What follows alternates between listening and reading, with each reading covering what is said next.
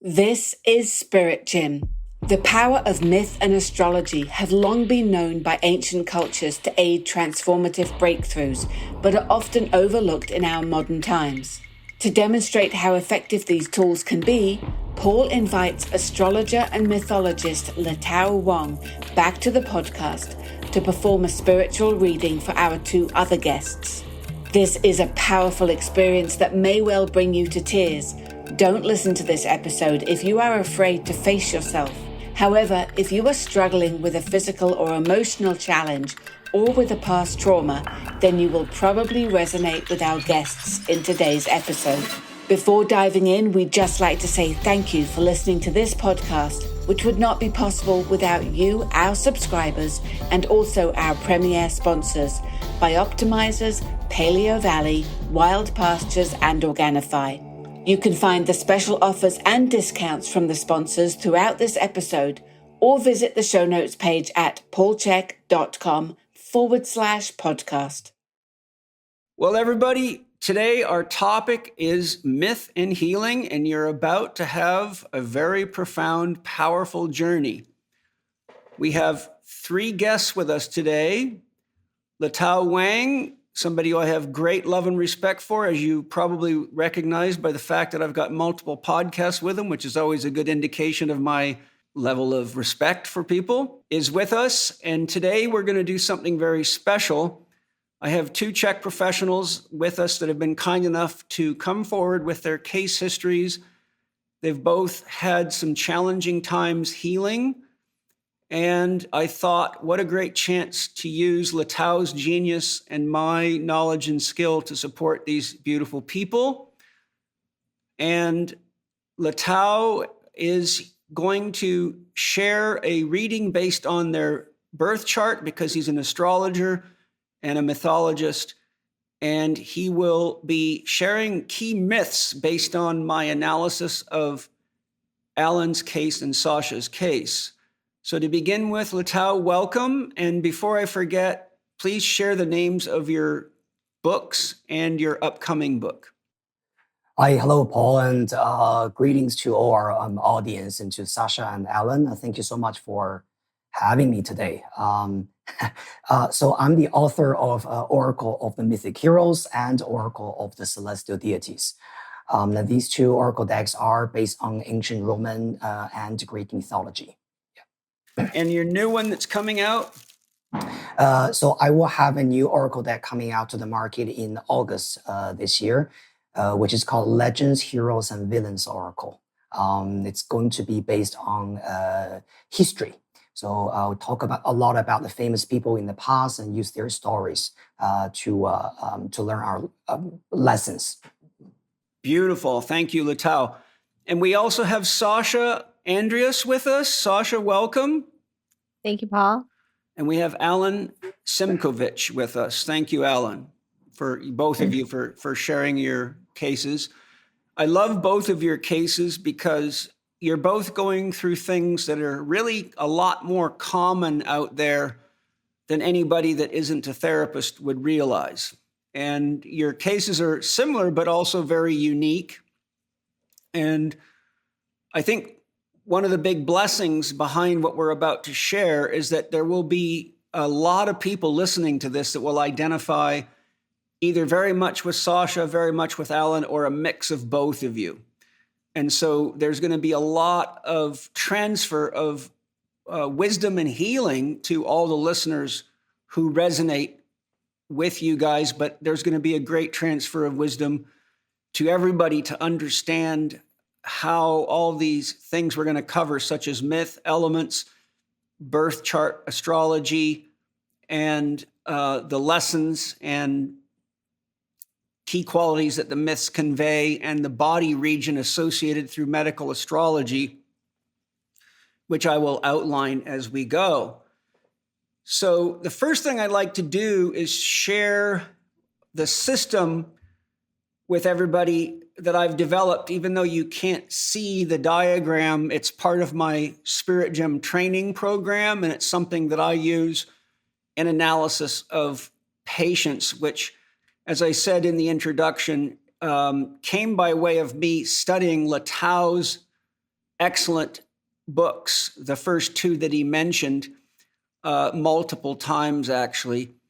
And what I found is, as an alchemist, I immediately connected to the elemental relationships to the astrological signs and birth dates. And when I studied the myths, I wrote down the key quality or lesson that I felt was inherent in each of the, I believe, 40 myths in Letao's oracle of, it's the oracle of the Greek heroes, right, Letao? Oracle of the mythic heroes, yeah. Oracle of the mythic heroes, which is based on Greek mythology. And then what I did is I took my knowledge of medical astrology and I organized the regions of the body that correlate with each zodiac sign and element.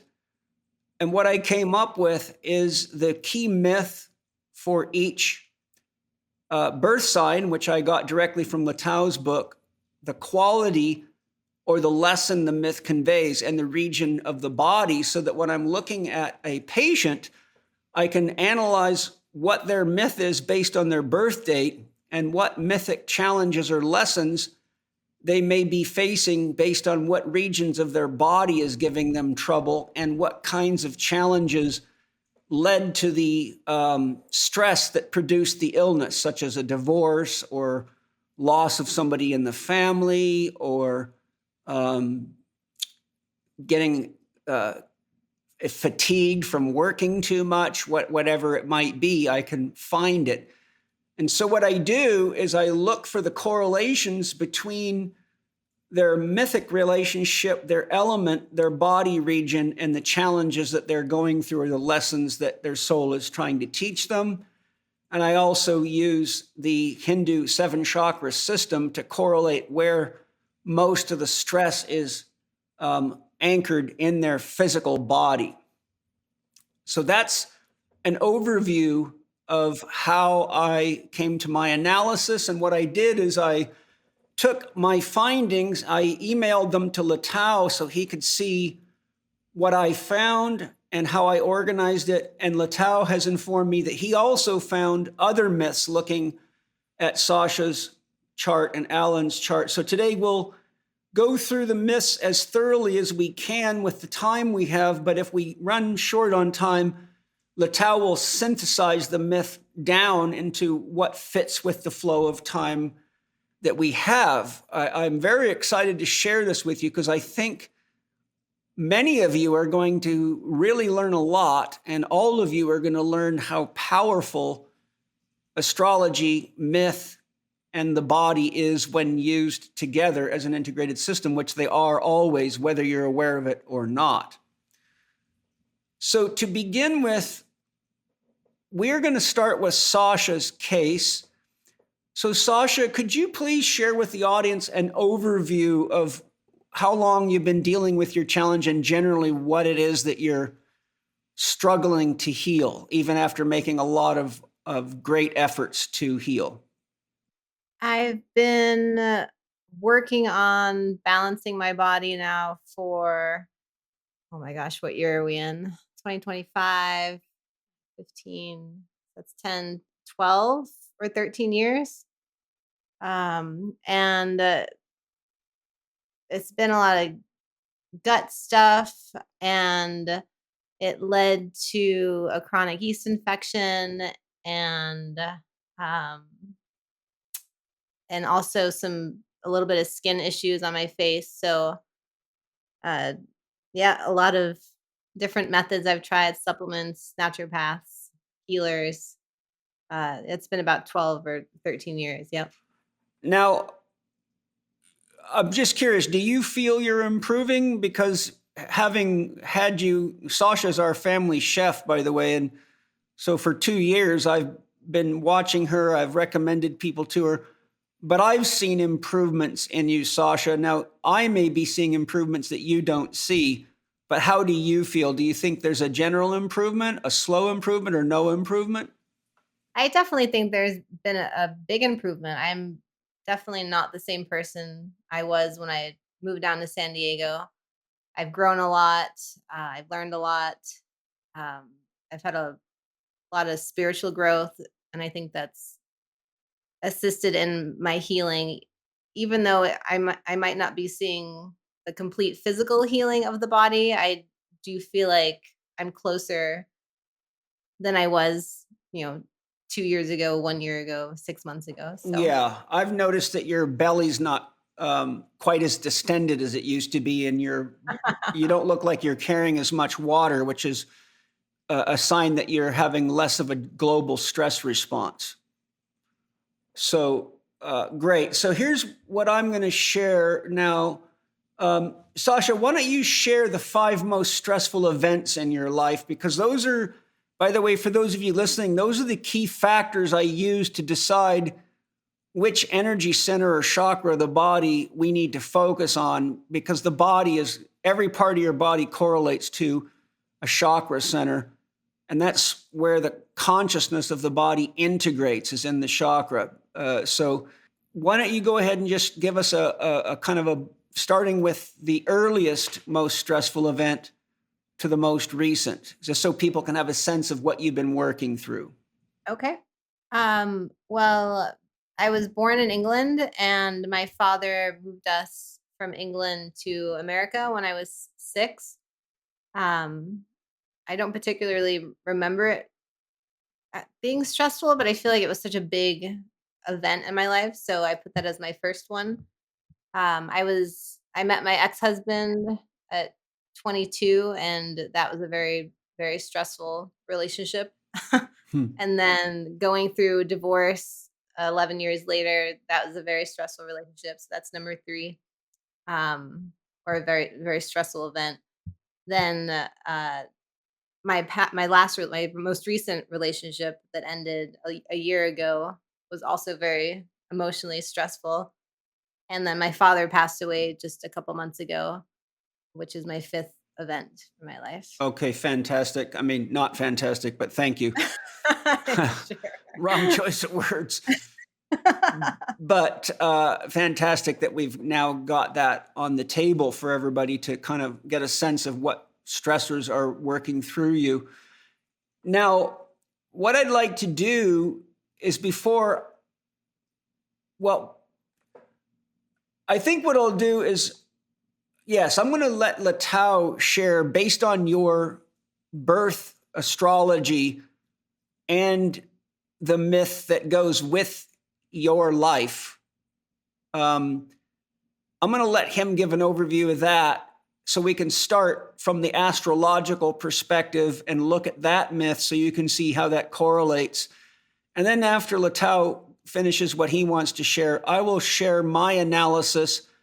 And because Letao knows these myths inside out and backwards, I'm going to have Letao share the myths that I, through my analysis, feel that are very important for you to understand here and look into, to see if there's aspects of those myths that resonate with you, that help bring you into an awareness of, I need to pay more attention to this factor because it's somehow contributing to my stress. And therefore, by healing or making meaning of or embracing the reality of this myth, I can navigate my life more effectively.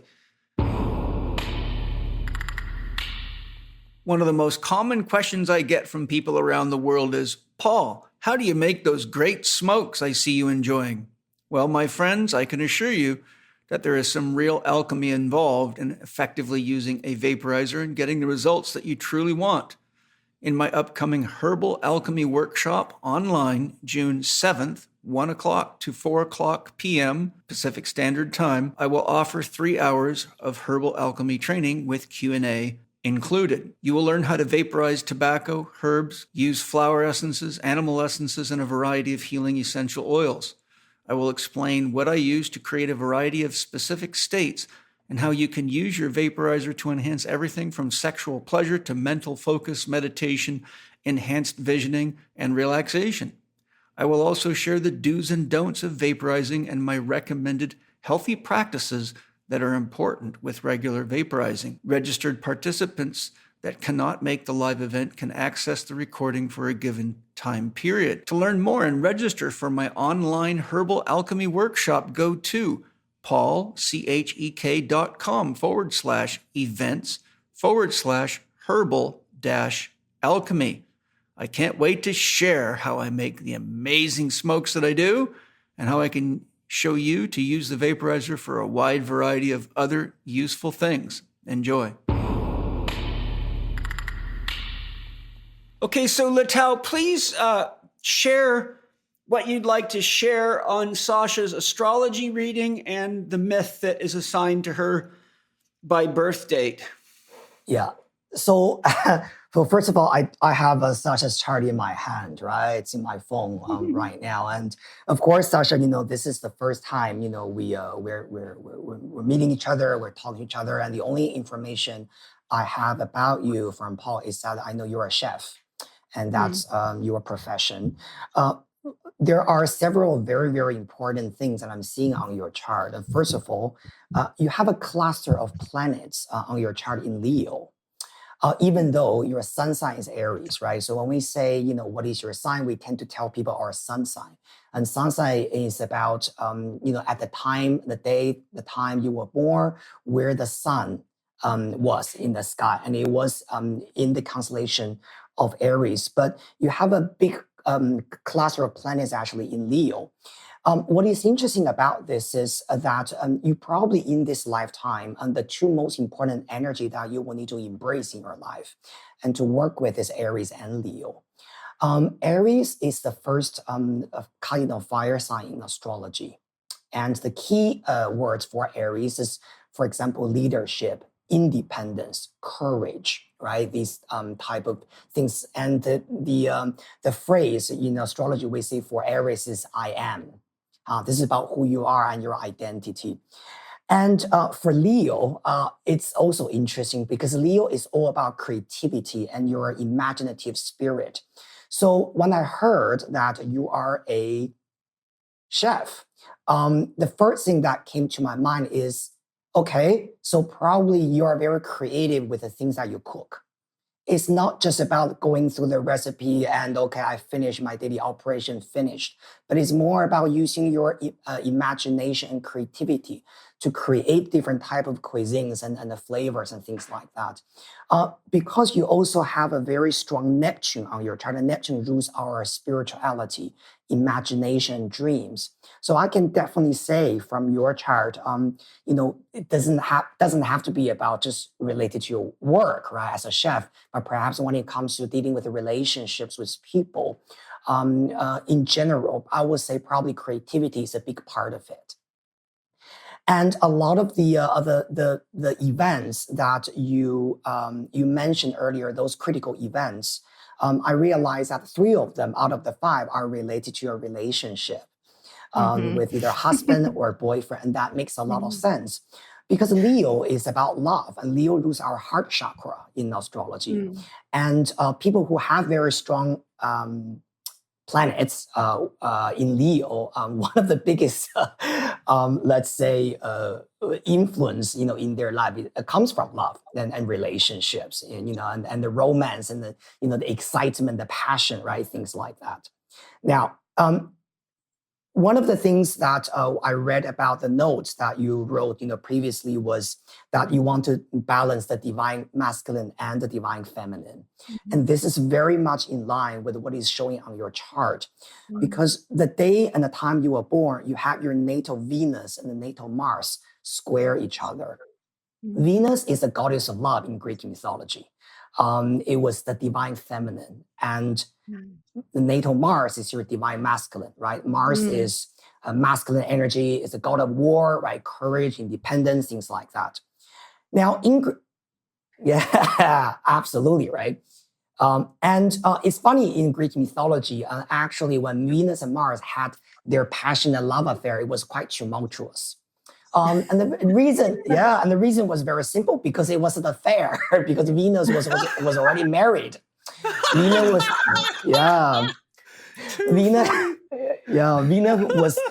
was married to Hephaestus, right? But she fell in love with Mars, and Mars fell in love with her. So they had to be very, their love life was just very chaotic, sudden changes, this and that. But When they had a child, they had a beautiful daughter, and the daughter's name in Greek mythology is Harmonia.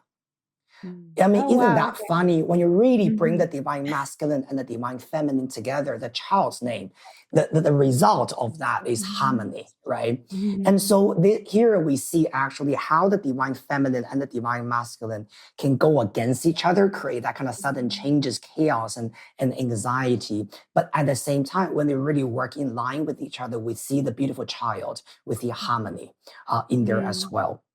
So on your chart, right? So I think what you already have been working on, the so-called balancing the divine feminine and the masculine, is really the point. And first of all, I just want you to know that it is absolutely possible to balance them because there is a child whose name is Harmonia. And that's the goal for all of us. The other thing is, let's come back to your sun sign, Aries. The sun sign represents in this lifetime where you need to be, the ultimate goal, right? We're working towards. So if you see, for example, let's say the moon sign is your emotional response, the ascendant sign is how you react with the people around you. But the sun sign is really the ultimate goal, and that's in Aries. Your sun sign is at 6 degrees in Aries, and in Oracle of the Mythic Heroes, in this book that we talked about a few times in the past with Paul in the podcast, the associated myth to your sun sign is Theseus, leadership. So Yep. if you ask me, what's the ultimate goal in your life, where you need to work towards, is to find your, for example, independence, your leadership, and to build this very strong, solid foundation under your feet. And the so-called divine feminine and the masculine related to your relationships, or maybe even just with friends, right? Within a group of people, how you find that inner balance when it comes to dealing with men and women in general, will be built upon this sense of independence and self-assurance. So I'm going to quickly read the story from the book. And so we have an idea about who Theseus is, and also just for our audience to have a better idea. Yeah. Born to King Aegeus of Athens and Princess Athra of Frozen, Theseus was raised away from Athens by his mother. When he was old enough, he was presented with a challenge: retrieve the sword and sandals of his father, which were hidden under a vast and weighty stone.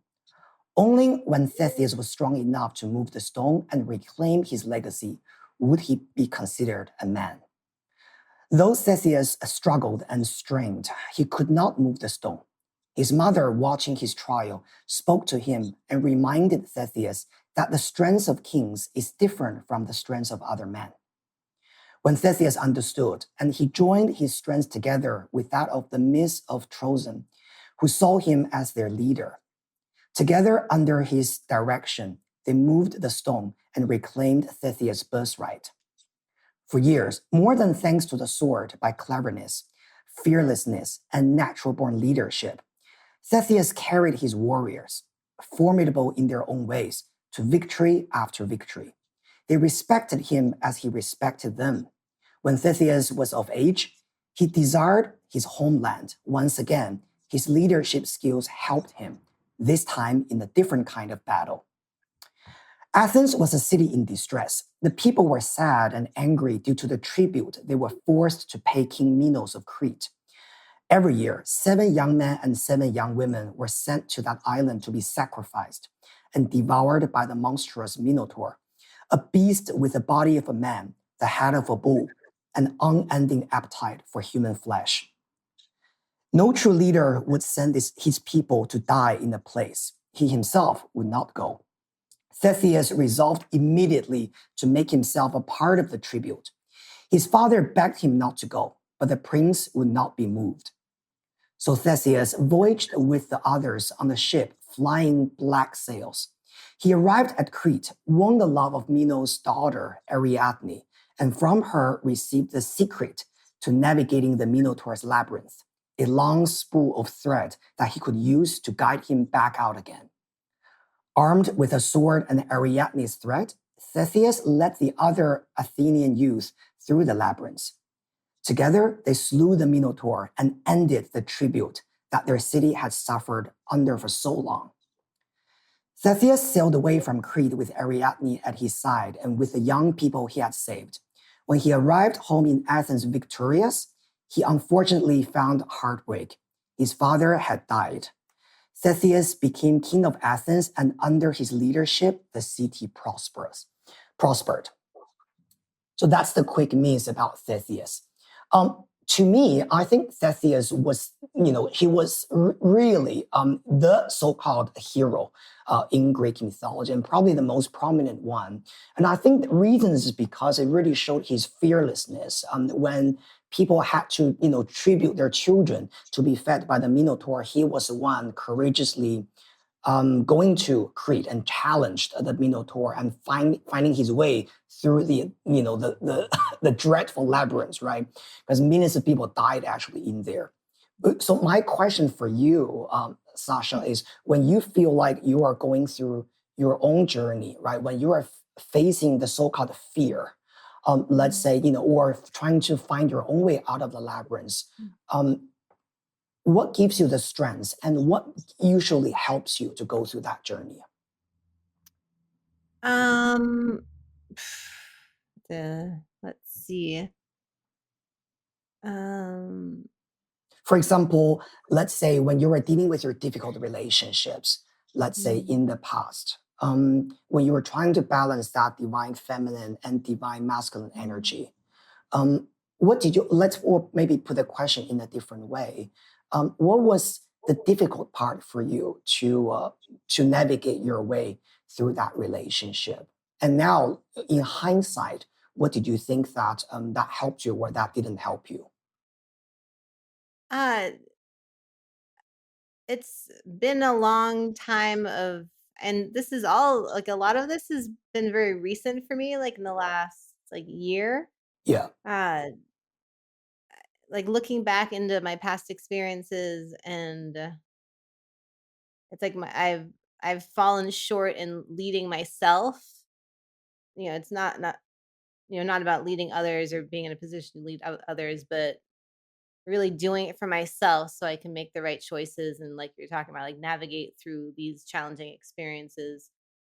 And I didn't lead myself, and which is why I ended up getting into so much trouble with being stressed out Mm, emotionally and that kind of thing. Because usually for me in my life, it's like even though something is screaming at me to make the change and then not leading myself to go ahead and take action and lead myself into making the change, the universe does it for me. And it's usually hard and challenging and stressful. mm. and but big lessons come out of that. Um Do you think and part of it is also there's a part of you a little bit afraid of the so-called confrontation or confronting the either it's your the person that you're with or let's just say put everything on table and say this is what happened and I need an explanation. Do you think that there's maybe a part of us running away from that confrontation? I think it's been more of being afraid to confront myself because Mm, I've been like I remember when I got divorced and it's like I didn't even know like what intuition was. Like I was like sprung onto my spiritual path and I was like had been fighting myself for so long and internally, even though I always had a sense, I've always been intuitive, but I didn't have the language, I didn't have the knowledge. And so uh it's like I've been at war with myself internally because it's like part of me knows but the other knew and then the other part didn't know how to like set that free. very interesting. So Mm, it's been a very like well, I mean Aries me, it's all about me, but it literally has been about my own internal uh, uh evolution and really learning to lead myself and to set mm. boundaries. And that's why the divine masculine, divine feminine, like wanting to balance that because even like going from the child archetype into my adult archetype and being a woman, and then my divine masculine can rise and Now I Yeah, can lead myself. Now I can set boundaries. Now I know my value system. Now I know how to take absolutely. action Yeah, and go after my dreams. So yeah, yeah. uh, this has been, like I said, like very recent for me in like the last year or so, like those big revelations. Because when it during the divorce, like then it's all out on the table. Like I can be pretty direct and like, here it is, but um yeah, having that fear. Go Mm, ahead. I guess so. For example, when the divorce finally happened, right? I mean, of course, then we have to, just to bite the bullet and go through that. But I guess my question is, when the divorce was already presented in front of you and your husband, that was just what it is. But probably before that divorce, because you had let's say 11, was it 11 years marriage? Yeah, 11 years. Yeah, Yeah. yeah, 11 years marriage, right? So during that period of time, I'm sure that your intuition, right? Even though you said you didn't really know what intuition was or how to use them, but there was something at the back of your head is saying that something was not right. And so when I said earlier that was there a part of you maybe subconsciously running away from that confrontation? I meant that maybe there was a part of you feeling that something was wrong and something needed me to use that sense of leadership and courage Mm-hmm. and being an Aries to say this is not okay. And Right. as a wife, I want this. I need this for this relationship to work. But maybe there's a part of us running away from having that conversation. Do you think that was the case?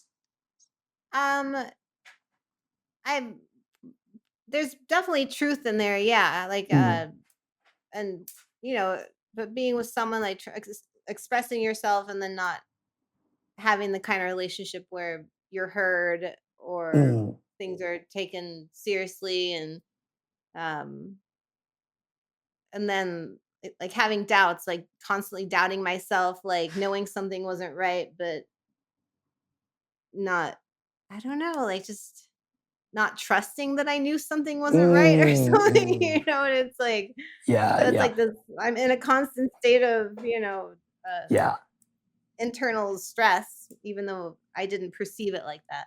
yeah. If I could interject a little bit, Sasha, as I'm listening to this, what keeps rising up in me is you are the labyrinth in this situation.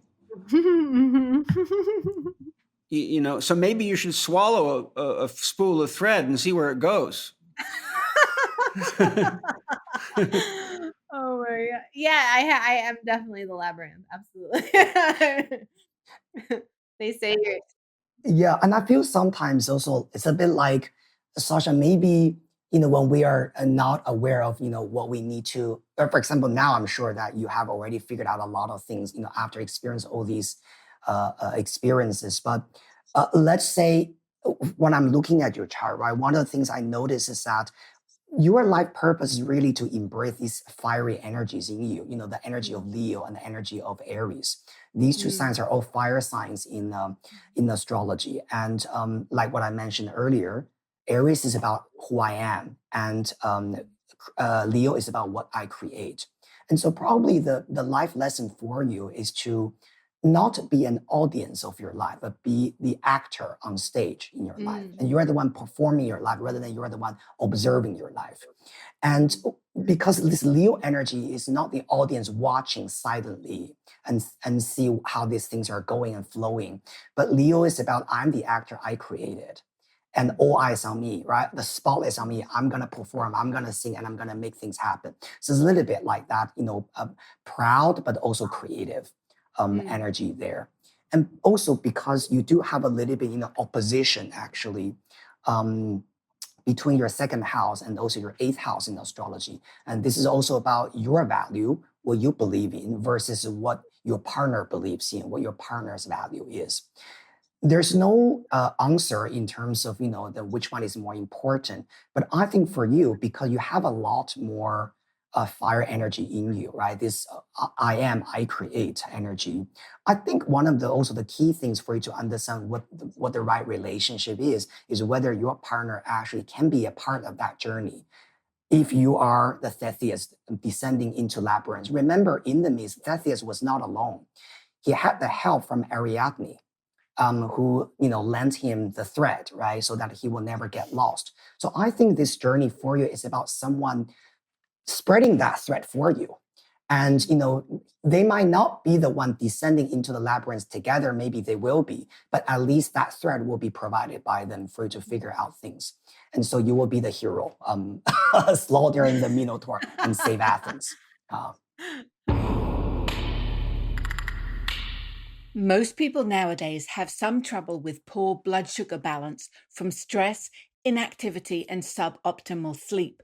Or if you're like me, you get too busy and skip a meal and then get so hungry that you crave sugar, stimulants, or a quick fix snack. But the blood sugar roller coaster that this creates is just not good for your body and can cause your cells to become resistant, and that may lead to belly fat, metabolic syndrome, cardiovascular diseases, and many more issues. Berberine Breakthrough by Bioptimizers can significantly blunt those sugar cravings and help avoid the energy roller coaster. Stabilizing your blood sugar balance has so many other positive benefits, including supporting a healthy hormone balance, elevating your mood, and keeping brain function healthy. Glucose is also a type of oxidizing sugar, which means high blood glucose can increase oxidative stress and accelerate aging. So if you want to live a long and healthy life, you want to keep your blood sugar even-keeled. Berberine Breakthrough by Bioptimizers is clinically tested to potently normalize blood sugar response and is an invaluable tool in your nutritional toolbox. Spirit Gym with Paul Chek listeners can get 10% off their purchase of Bioptimizers Berberine Breakthrough by going to bioptimizers.com/Spirit Gym and use the code PAUL10 at checkout. Bioptimizers offer a 365-day best product ever or your money back guarantee, so you have nothing to lose and everything to gain by trying Berberine Breakthrough. That's bioptimizers.com/Spirit Gym and use the code PAUL10 at checkout for 10% off. Sasha, a note I wrote down as Sasha was explaining all this. And now I know a fair bit more than Letao does because I've spent 2 years with you in close, proximity and working together and sharing life together. And I'm very aware of the challenges in relationships that you've been through. So here's what came through me. There's a need to express creativity in relationship and not be confined by others. Focus on your dream together beyond your individuality. That doesn't mean you lose your individuality. I think you remember before when you were having challenges with your boyfriend, one of the suggestions I gave you was to take a piece of paper, divide it in half, and on the left side, have a must-have column, and on the right side, a must-not-have. And present that to your partner and invite them to do the same. That's so you can express your individuality and take ownership of your 50% of the relationship. But what I sense from what I've learned about your marriage and your past relationship is that I never picked up on a common dream you had together. So should you get into another intimate relationship or marriage, my greatest suggestion would be to make sure that before you get married to someone, you're clear on what your collective dream is together. What are we going to create together? And make sure that your individual dream and their individual dream are actually effective components to create what you want to create together. For example, if Penny had zero interest in holistic health or education, no matter how good the sex was or how beautiful she is, it would never work. Because my dream is the Chek Institute and everything everyone knows about me. And without a partner who can share in that dream and take her individuality into that dream and feel whole unto herself, yet contributing to something bigger than both of us, the relationship won't fall apart or won't stay together. It'll fall apart because you don't have something to bind you that's bigger than your stuff, because we all come into relationships with baggage. We've got mommy and daddy programming. We got victim, saboteur, prostitute archetypes to work through. We got child stuff to work through. So those things are what clash in a relationship specifically so you can see where your wounds are. If you don't have someone that's got a dream bigger than the individual stuff to carry you through the natural growth process, what you end up with is two individuals sleeping in a bed and ultimately with their backs to each other until it falls apart. Okay, so that's what I wanted to share, having two wives, a previous wife, 17 years of marriage to the first one, 28 years to Penny, and with Angie for 13 years. So that's a lot of years of marriage, and I've counseled countless people in relationship trouble. So that's my very short suggestion based on everything on the table here. My analysis of your information, Sasha, using a very summarized version of what I actually do with my clients, but I asked you for the key information, so it's probably fairly accurate, even if I had done a long, drawn-out analysis. In Chinese medicine, they have the concept of the mother, which means the primary issue, and the daughter, which means what is typically the symptomatic expression of a challenge. In my analysis, I found that the mother of your challenge is the root chakra.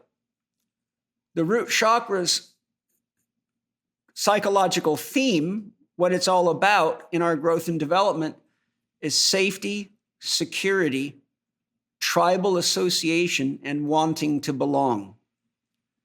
So before I go any further, when you look at your family relationships and the challenging relationships you've had, have you had challenges with feeling safe and secure?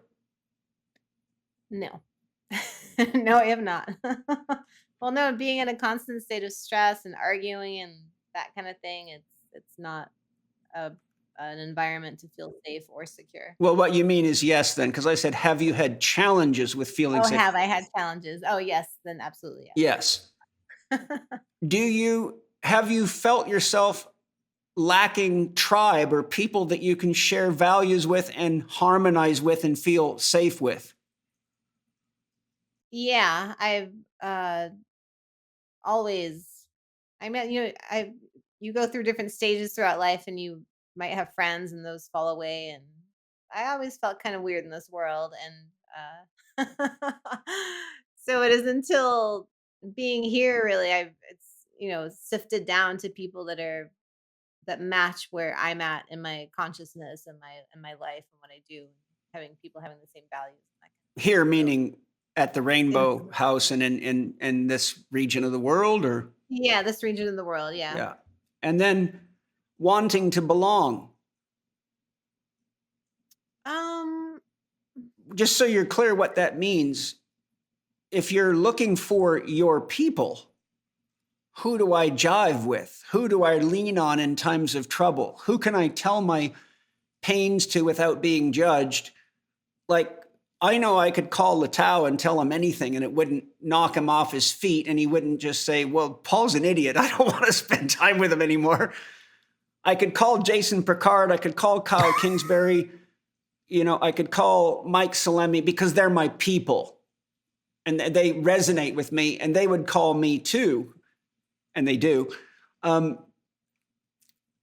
So do you understand? I'm asking you, can you see that in your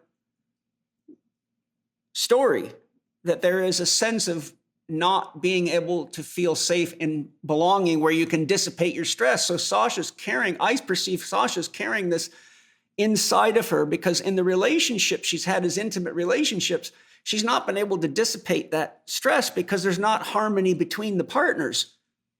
That's my interpretation of it. How does that feel when I say that to you? That feels right.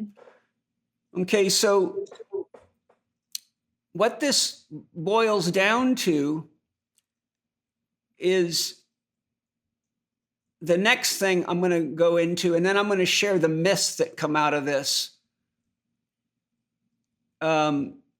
Let's start with the root chakra here, then I'll go to your daughter.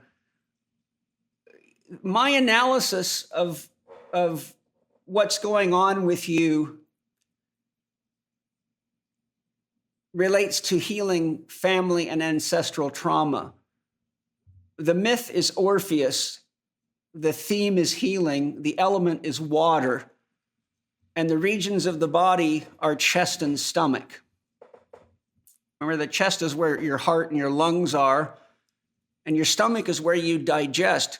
Each physical organ has an emotional correlate and a mental correlate. So if someone's having a hard time digesting emotions, they can end up with physical digestive trouble. If they're having a hard time digesting mentally, which means making meaning of things like challenging relationships, life situations, they can end up with digestive trouble in their stomach because the body will mirror the mind and the emotions. So I want you to answer the questions that go with that I created from my study of this myth, and then Letao is going to read you the myth. Am I in touch with my sensitive feelings, or am I repressing them? Like currently, I would say I'm in touch with them. I'm really talking about what led to the situation that you're in. Oh, okay. Then no, I was definitely not in touch with them. No. Am I willing to be vulnerable enough to engage my own healing process? I mean, while it was happening, I mean, I didn't even know that the connection between mental, emotional, physical. So no, I was not vulnerable enough to face my own. But the good news is now you are, because you're here. Now I am. Now you're sharing your case with, probably 50,000+ people. That's vulnerability. So congratulations. Now this again goes back to the developmental process that led to this. Am I suffering from a lack of love and emotional contact? Am I ready to give love and emotional support to myself and or others, but first yourself? Do you see you went through a divorce and another challenging breakup? So the question is, am I suffering from a lack of love and emotional contact? Well, obviously something's going on, or you'd still be in either of those relationships. You understand my point? Yeah, I do understand your point. Okay. But the key question is, am I ready to give love and emotional support to myself? I am definitely ready, and I am doing it. I'm learning how to do that currently. Okay, so here's a key question for you. If you had not engaged in giving love and emotional support to Sasha, even though you'd seen all these doctors and therapists, where would you be right now? Probably worse off than I am now. Right. And finally, am I willing to trust my own emotions and trust my instincts? I am now, absolutely. Yeah. But you see, before, it was a challenge. So that's why this myth is so important to you. Okay. So now what I'd love Letao to do is read the myth of Orpheus. And remember, you are a fire sign, and the feminine aspect of fire is water. What's one of your dreams? To balance fire and water. So you see your excessive fire is being trapped inside of you because you haven't learned to safely share that in intimate personal relationships. So it basically, you're cooking your own oven is what's happening. You can melt a pot, right? You can burn an oven down. It's very real. So the key thing that this is showing is that the real secret here is everything to do with the feminine, with water is cleansing, water is healing, has to do with communication. No cell in your body can communicate with any other cell without water. Water's the great connector. And so, when we get together with people we love, isn't it common to share a drink together? That's the symbol of sharing water, which is a connecting link. Okay. So Letao, do you want to go ahead and share that? Sure. And before I let you do that, remember chest and stomach. Chest is where the heart is. When you're under a lot of stress in relationship to self or other, you can't breathe. You suffocate in the relationship. and the stomach is where your digestion process is. So that's why you see the chest and the stomach linked in to your situation. So now I'll let Letao unveil the myth, because this is a very important myth for you to heal, because it's probably going to talk deeply to your soul. So I'm going to read the myth just in a few seconds. I just want to point out one more thing to you, Sasha, is that when I'm looking at your chart, because earlier I think Paul mentioned, our early, maybe childhood, ancestral trauma and things like that. You do have your natal Chiron in the 4th house on your astrological chart. 4th house in astrology roots are home, family, childhood, our root. Actually, because it is the lowest point on our chart. It represents where we come from. And Chiron in astrology and Greek mythology is a wounded healer. And actually, I was going to use Chiron's myth for Alan, because Alan's chart really resonated with that, but I'll talk about that later. So wherever Chiron is on our chart, it shows where our wound comes from. All right. So I think, Paul, really, mentioned that. I was like, wow, that's exactly what it is. Because even though, we're seeing this Venus and Mars, square and all these kind of imbalances, but where the wound really comes from, it comes from the 4th house, which is a root. And so definitely, strengthening your root chakra.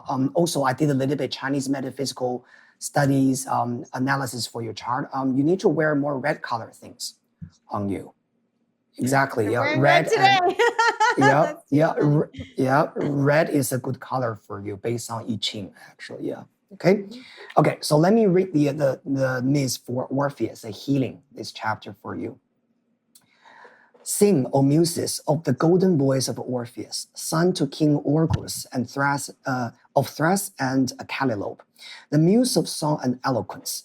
Alas, the king soon died, and Orpheus went to live with his mother and her sisters upon Mount Parnassus, where Apollo himself, the god of music, taught Orpheus how to play the lyre and gifted the youth with a golden instrument. Is it lyre or lyre? It's still these days. I think it's lyre. Pronunciation. Lyre, right? Yeah. Lyre.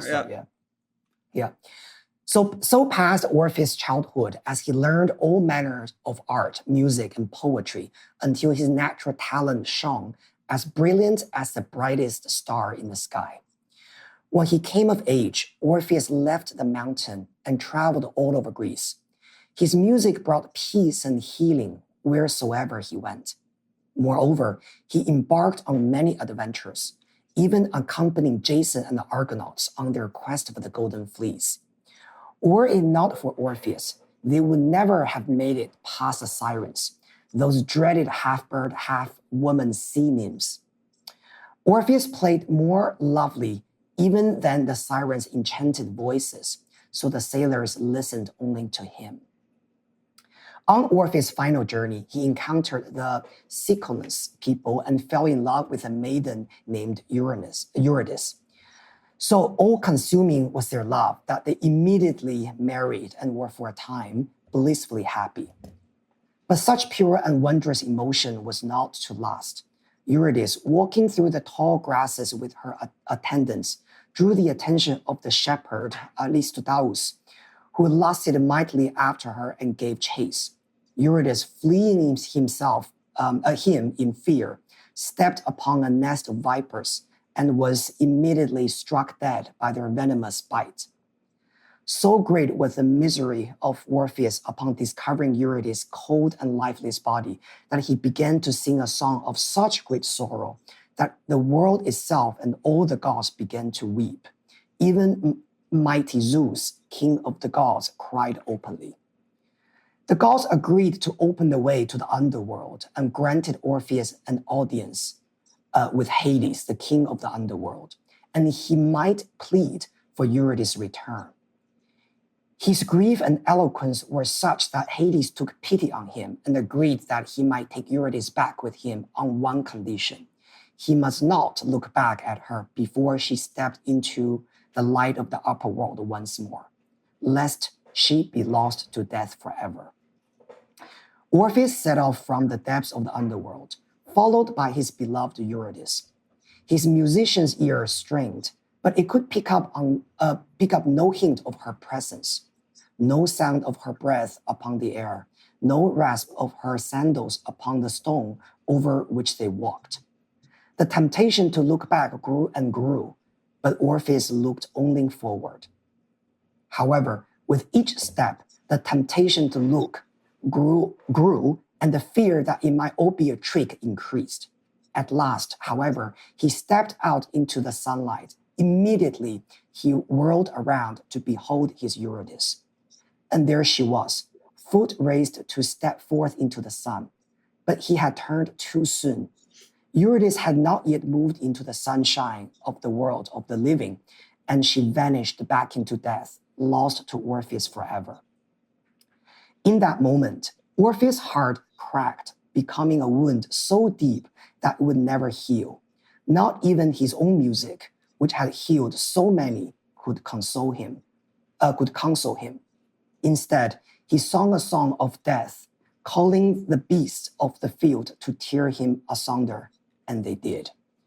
So perished Orpheus of a broken heart. In memory, Apollo took up the lyre he had given to Orpheus and placed it among the stars, so that all might remember Orpheus and the healing power of his music. One of the deep lessons that I have learned from Orpheus, a story, is that I think it has a lot to do with what Paul mentioned earlier about, trust your instinct and trust what you believe in. Because in some versions of the myth, Orpheus looked back because he couldn't trust Hades, the god of the underworld, who promised him he will give the wife Eurydice back to him, but under only one condition: you cannot look back. So the more Orpheus walked, the more he grew suspicious. He was thinking, am I being scammed? Am I being tricked, right? I can't trust Hades. But the image of Hades actually in our psychology, because he's a god of the underworld, Hades himself is our subconscious. Hades himself was the inner instinct that we have, right? He represents Scorpio. He represents our intuition, the deep water, right, inside us. So on the surface, it was about Orpheus not trusting Hades, but deep down, it's about him not trusting himself, and thus he looked back. So basically, I believe that's the essence of the story. Great, and so I have a couple of messages for you based on the myth and why I felt it was so important for you to hear. It goes right in line with what Letao said, but I wrote this down even before he said it. There's trusting in ourselves, and that's very important. But who are we and where did we come from? Right? You really can never really fully trust yourself until you have a sense of who and what you really are, because you don't know what you're trusting in. That's really the key point of spiritual evolution, is to answer the question, who am I? So, Sasha, this relates to you in your healing. Is I see you sometimes getting frustrated, and I understand that. And that's natural, but that's also puts tension in the self. Like, why am I not healing faster? I'm seeing all these. So this is where you have to trust what I call Great Spirit, or the Tao, because that's who you really are. That's what created you. That's who you're living for, living through, living in. And Orpheus wasn't listening to his soul. He wasn't listening to the Tao. What was he listening to? His mind. His mind. Could you say that again, please? His mind, Paul, his mind. Yeah. And so, you've heard me how many times tell people, connect with your soul over the little things, so that when the big things come along, you have an intimate enough relationship to trust your soul and not be confused if it's your ego, your fear, or your soul guiding you. So my encouragement, once again, is practice deepening the relationship with your soul, because that's God within. Only God can give a soul, or if you want to say the Tao. Trusting in your soul is trusting in the Tao, because it took the entire universe to create you and to create every one of us. So trust in that. Okay, so next is the daughter. This is where most of your symptoms are showing up, okay? And that is the third chakra. The key issues of the third chakra in our psychological growth and development is to answer the question, who am I? This third chakra, any third chakra issue also relates to border, barrier, and self-definition. Border, having healthy boundaries in relationships. Barrier, the barriers of your body, your skin. And self-definition is, who is Sasha, and how far does she let herself get bent by somebody else before she says no? Too far. Right? So here is the myth I will have Letao read is Dido, which relates to Libra and the air element. Its correspondence is to the large intestine, which is the earth element, which is psychologically relates to holding on to the past. And I know you've been doing a lot of work to clean that intestinal tract out. Okay. So that's when people are constipated or have colon problems, I find in my therapy, there's often issues of not letting go of the past. Okay. So I would like you to answer these questions. Is your pain the result of a lack of emotional independence or a codependent relationship? Codependency for sure. Okay.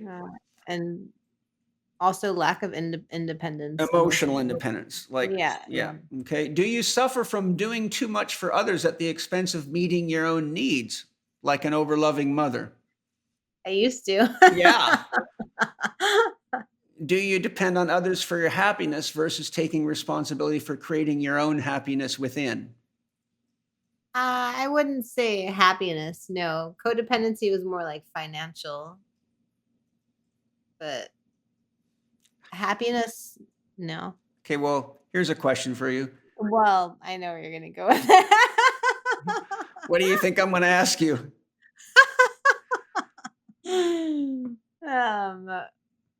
What do I feel I need to like make financially in order to feel like I'm happy financially? That's not what I was going to ask you. Okay. But you're a creature of the West. So here's the question for any creature of the West.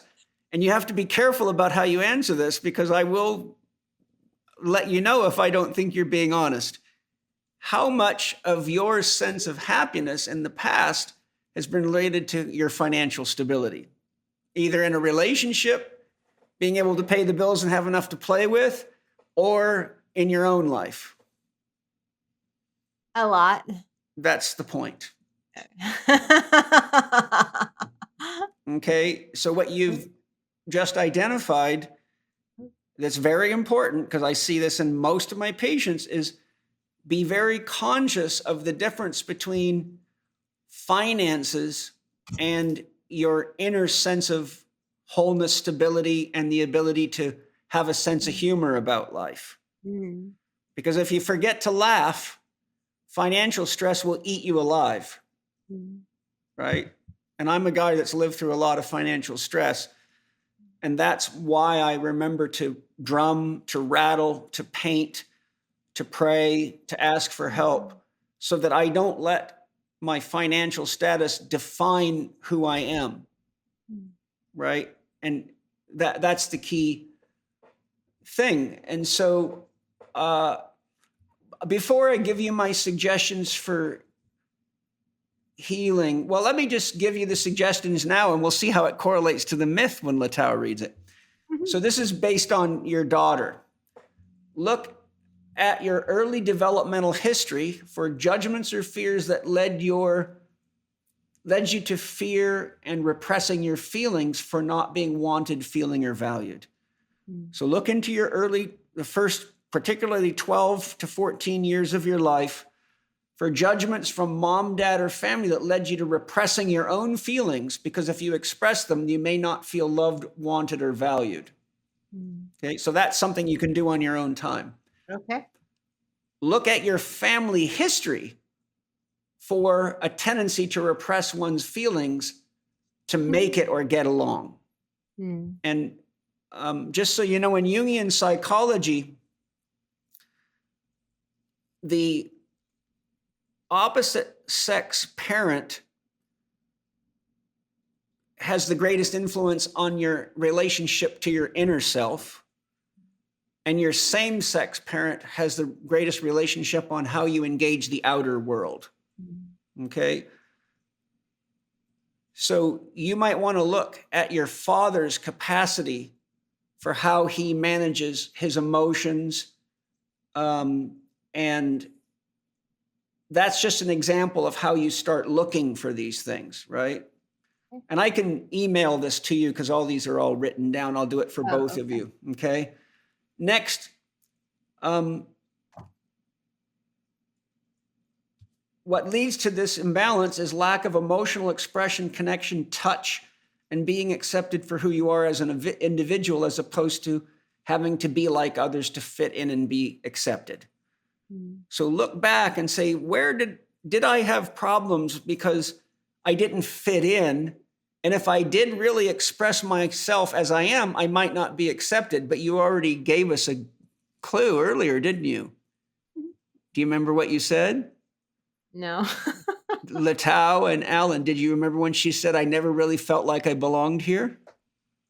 Oh, yeah, I did say that. There you go. Okay. Next is sacrificing one's personal needs to support others. Look into religious programming and indirect family to at least 2 generations beyond yourself to see how many of the people in your family have a tendency to sacrifice their needs to the point that it's causing them health challenges and stress because they keep justifying it to support others, and look very carefully at religious ideas that promote that. And I don't think you'll have to look too hard. Next, establish clear values for yourself regarding what defines you as an individual. What are your must-have personal needs, and how will they define who you choose or avoid when considering intimate personal relationships?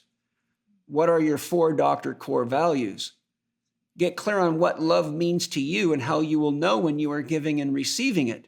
Be sure to always share and compare love languages when you're in any kind of an intimate relationship, or you won't know when you're loving that person the way that feels like love to them, and they won't know if their love feels like love to you. Pay more attention to your feelings and instincts than to your head. Judgments of and thoughts that come and go like air. Be careful about toughening up too much in the martial arts, because this leads to repression of communication from your body and instincts. Excessive earth element at the expense of engaging the needed water element.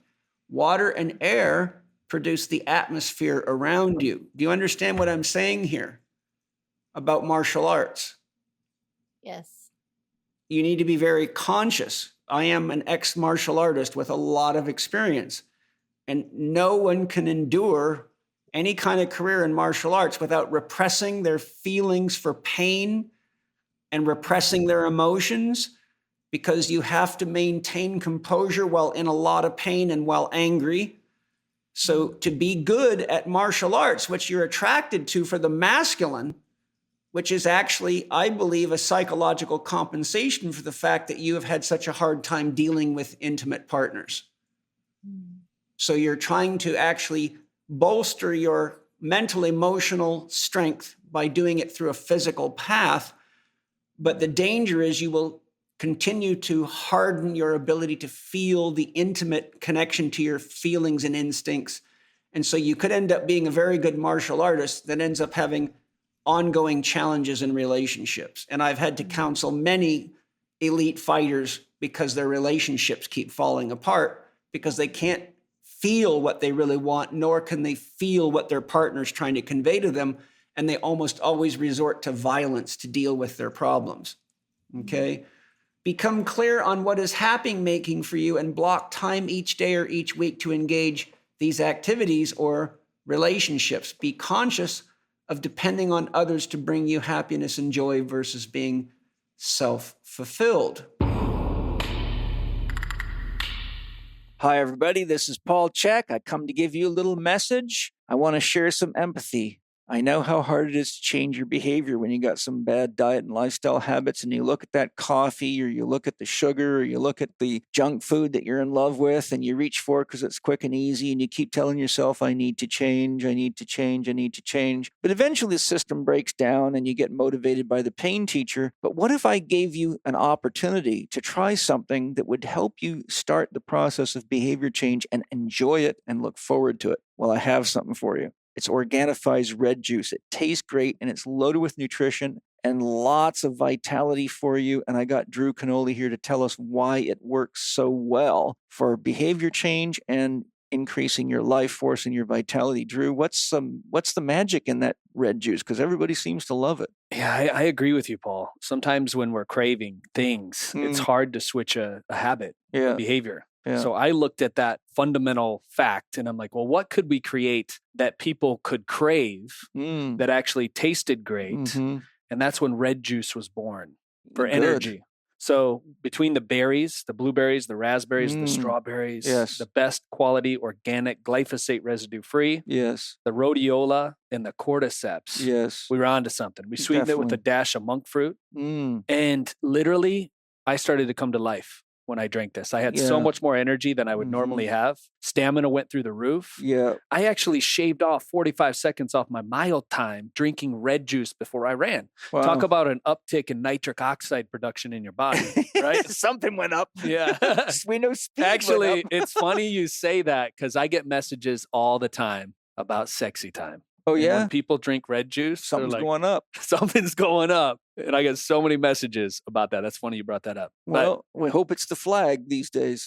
Yeah, exactly. So if you're looking for more energy and stamina and something that tastes great to where you could shift your cravings, keeping your hunger and your energy in check. And feel good about it.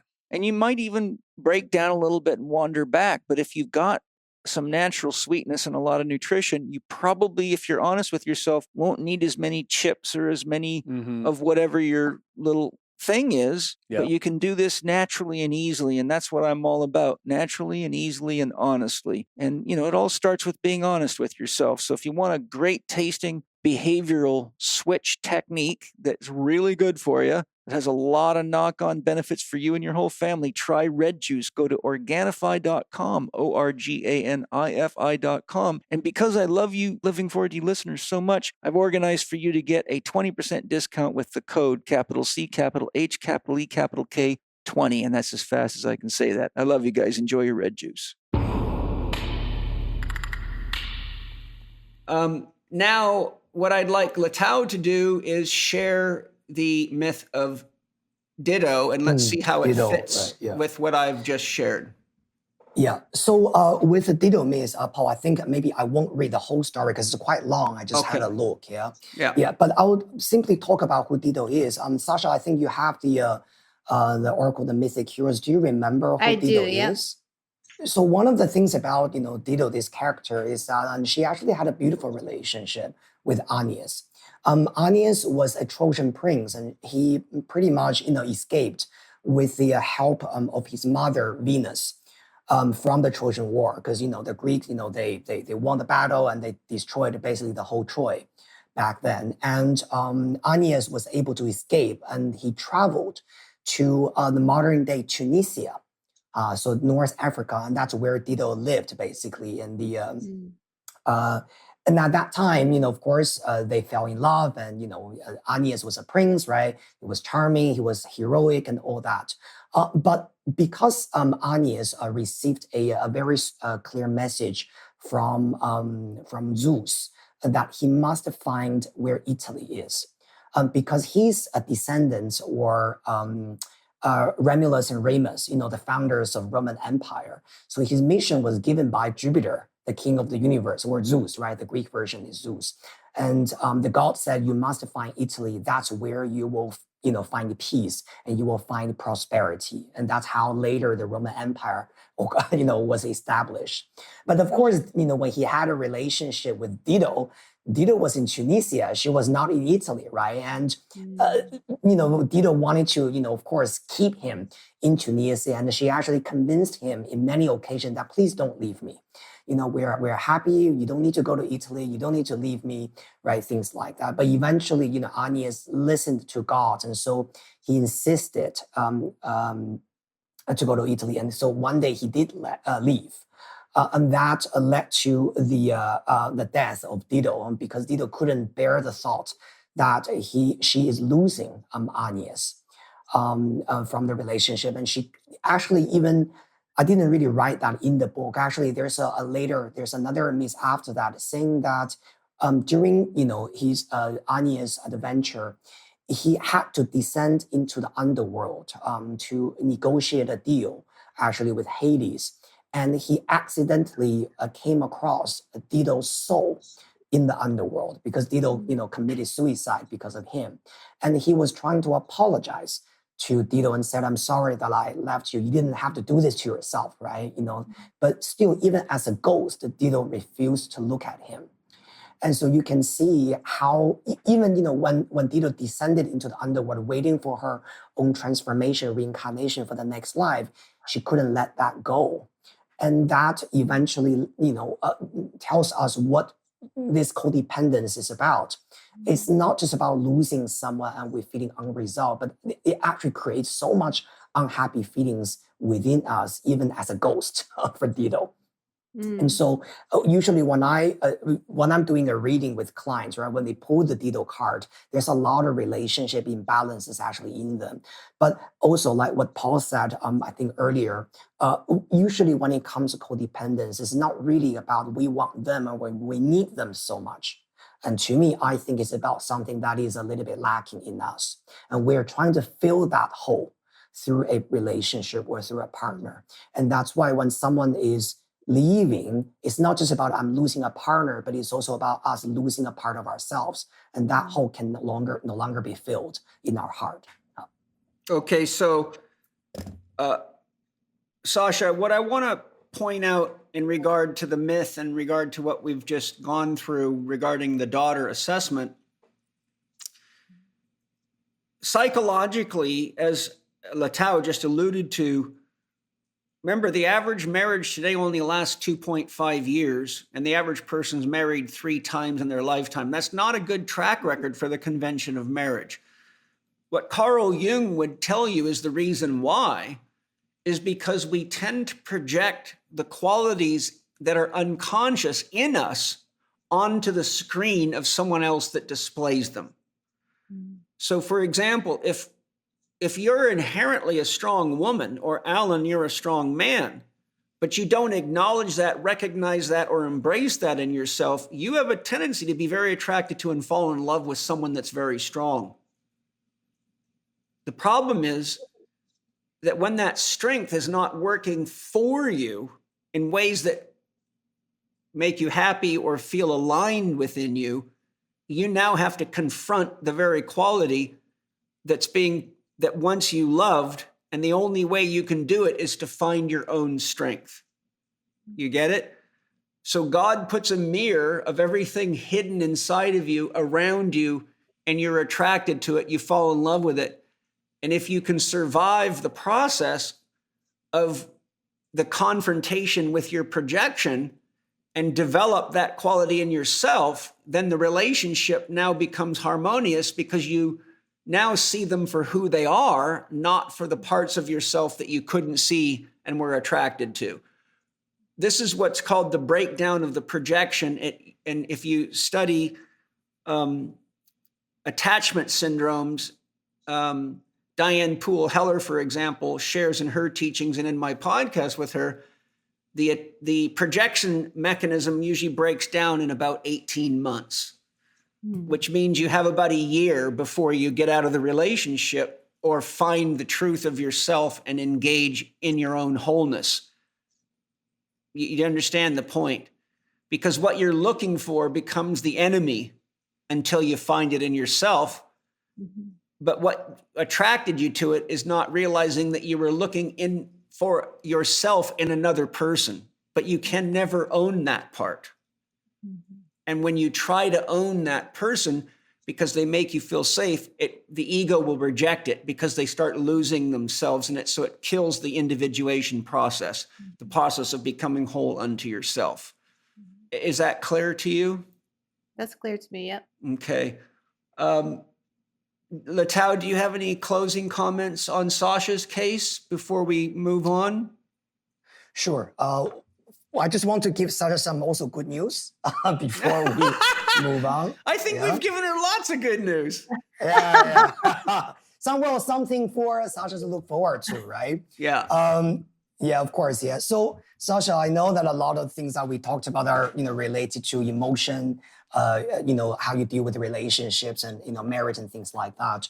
Provided, right, this birth chart is, accurate at 3:15 a.m. in London. Very soon, we're really talking about within about 3 to 4 months' time, the planet of expansion, Jupiter, okay, growth, opportunities, and luck is going to enter your 7th house, which rules your partnership. Oh, okay. Okay. Oh. So the 7th house does not necessarily mean marriage, but it rules all types of committed relationships. Now, of course, marriage is a big part of it. Sometimes this could also be about business relationships or any form of formal contract you sign as an one-to-one, right, thing. And the big part of it is marriage, because marriage is about signing contract with each other, right? We're going to build a life together and we're committed. So Jupiter entering the 7th house is showing that there's going to be a boost of luck coming into your partnership. This could be about meeting new people. This could be about meeting the right people as your partners. And also because your moon is in Leo, also sitting in the 7th house. So this energy could last for as long as, I will say, 24 months. So from this summertime, not really summer actually, let's say around June, right? The beginning of summer, all the way to 2027, actually. Okay. So if you are looking for relations and partnerships, I think this is a great time for you to rebuild and, also your faith in love. Beautiful. Now, Sasha, just to conclude, if you could summarize what you've learned from this process, what have you learned, and what are the positives that you can carry out of this? So understanding that the elements within me, so I have a lot of fire, and balancing it with, which is my masculine, balancing it with my feminine, the water. So emotion, intuition, listening to myself. Relationships have been a big theme in my life, and understanding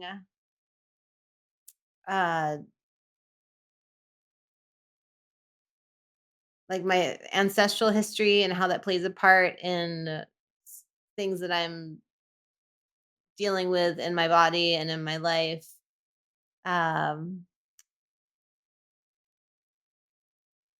Just getting to know my soul a lot better and following, like, deepening my relationship. It's been a lot about deepening my relationship with myself. So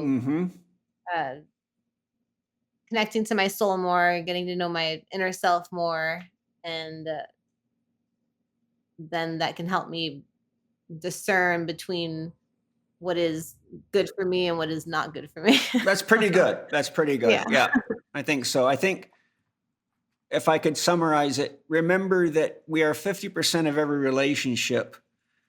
And to the degree that we do not feel whole in the relationship, then we're not going to be there. And whenever we're not present in the relationship, as you've probably heard me say before, if 10% of Sasha is not present in a marriage or a relationship with anybody, there's 10% Sasha's not accessing because it's somewhere else, usually saying, why am I here? And there's 10% they cannot access. So that causes a 20% deficit. How would being 20% less sighted than you are now, or 20% blind, affect your life? drastically. Yeah. I'd be way worse off than I am now. If you were getting on an airplane in San Diego to fly to New York and your pilot was 20% off on his calculations, where would you land? Hopefully in the ocean. Yeah. So you see, it's very hard because we are living in a Christian culture, which is acting out a myth that says Jesus gave himself away to everybody and sacrificed himself.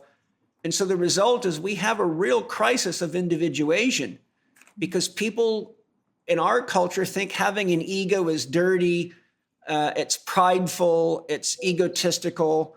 There's all sorts of spiritual teachers that talking about killing the ego and getting rid of the ego.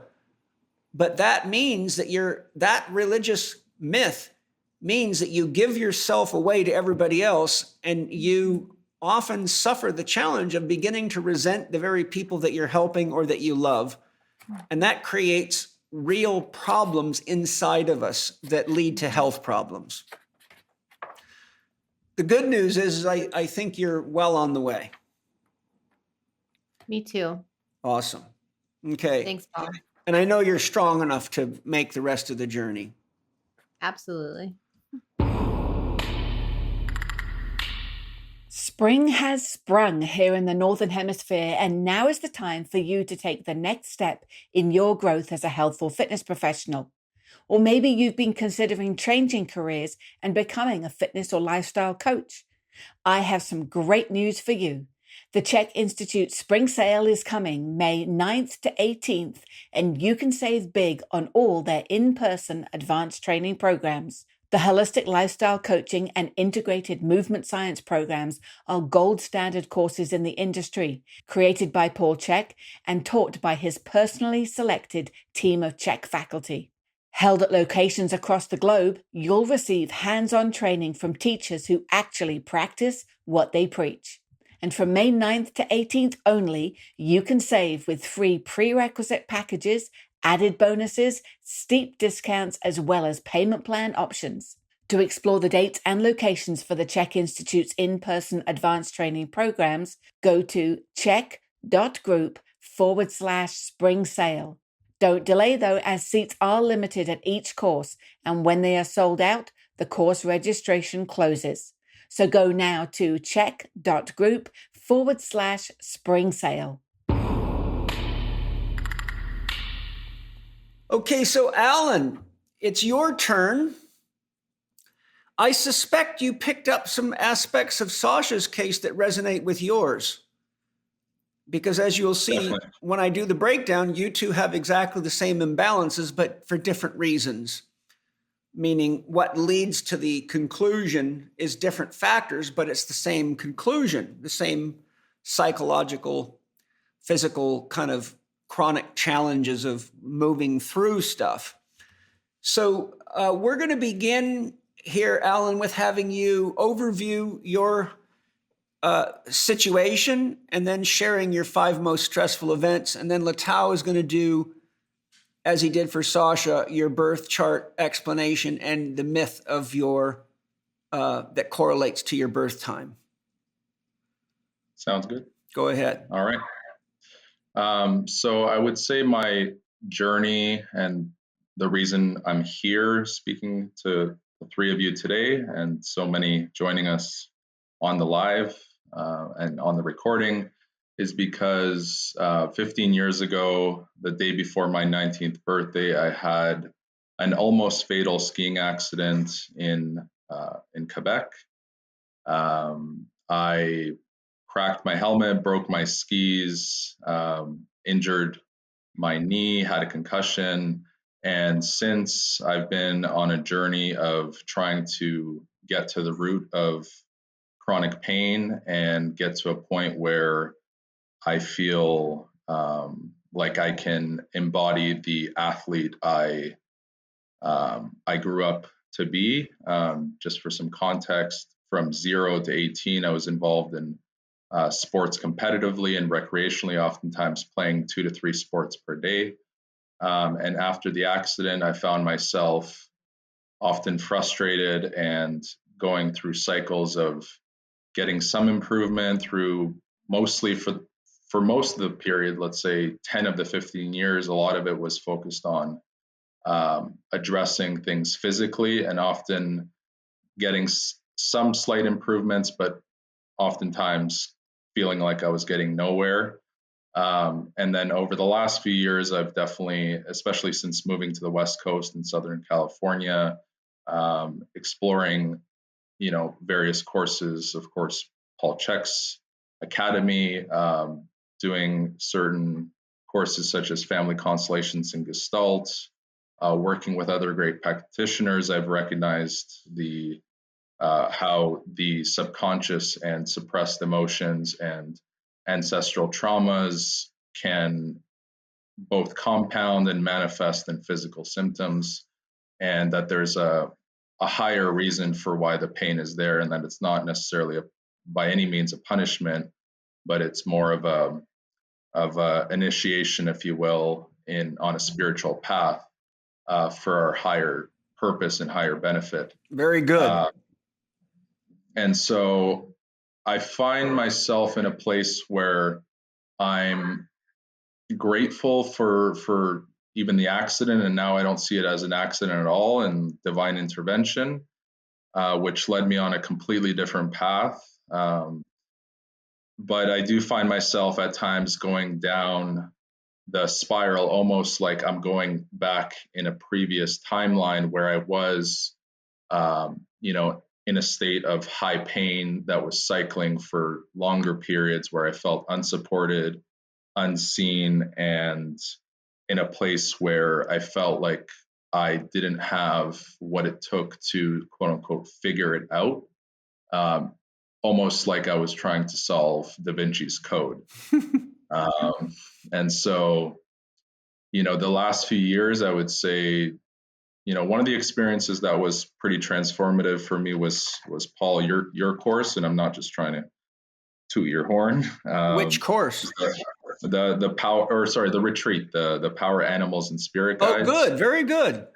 Yeah, and what's ironic about that one is that I was quite resistant to it. My wife, she highly suggested I do it, and at the time I was still stuck in the physical, and I, thought, what's the point of this? Like, I want to get to the root of why I'm in pain. And although this may be cool, like, I felt like at the time it wasn't gonna make any kind of impact. And then shortly after that, I had a psilocybin, and like a whole journey with psilocybin, where all of the animals that came to me in that workshop both manifested in the physical and in the psychic realm, if you will.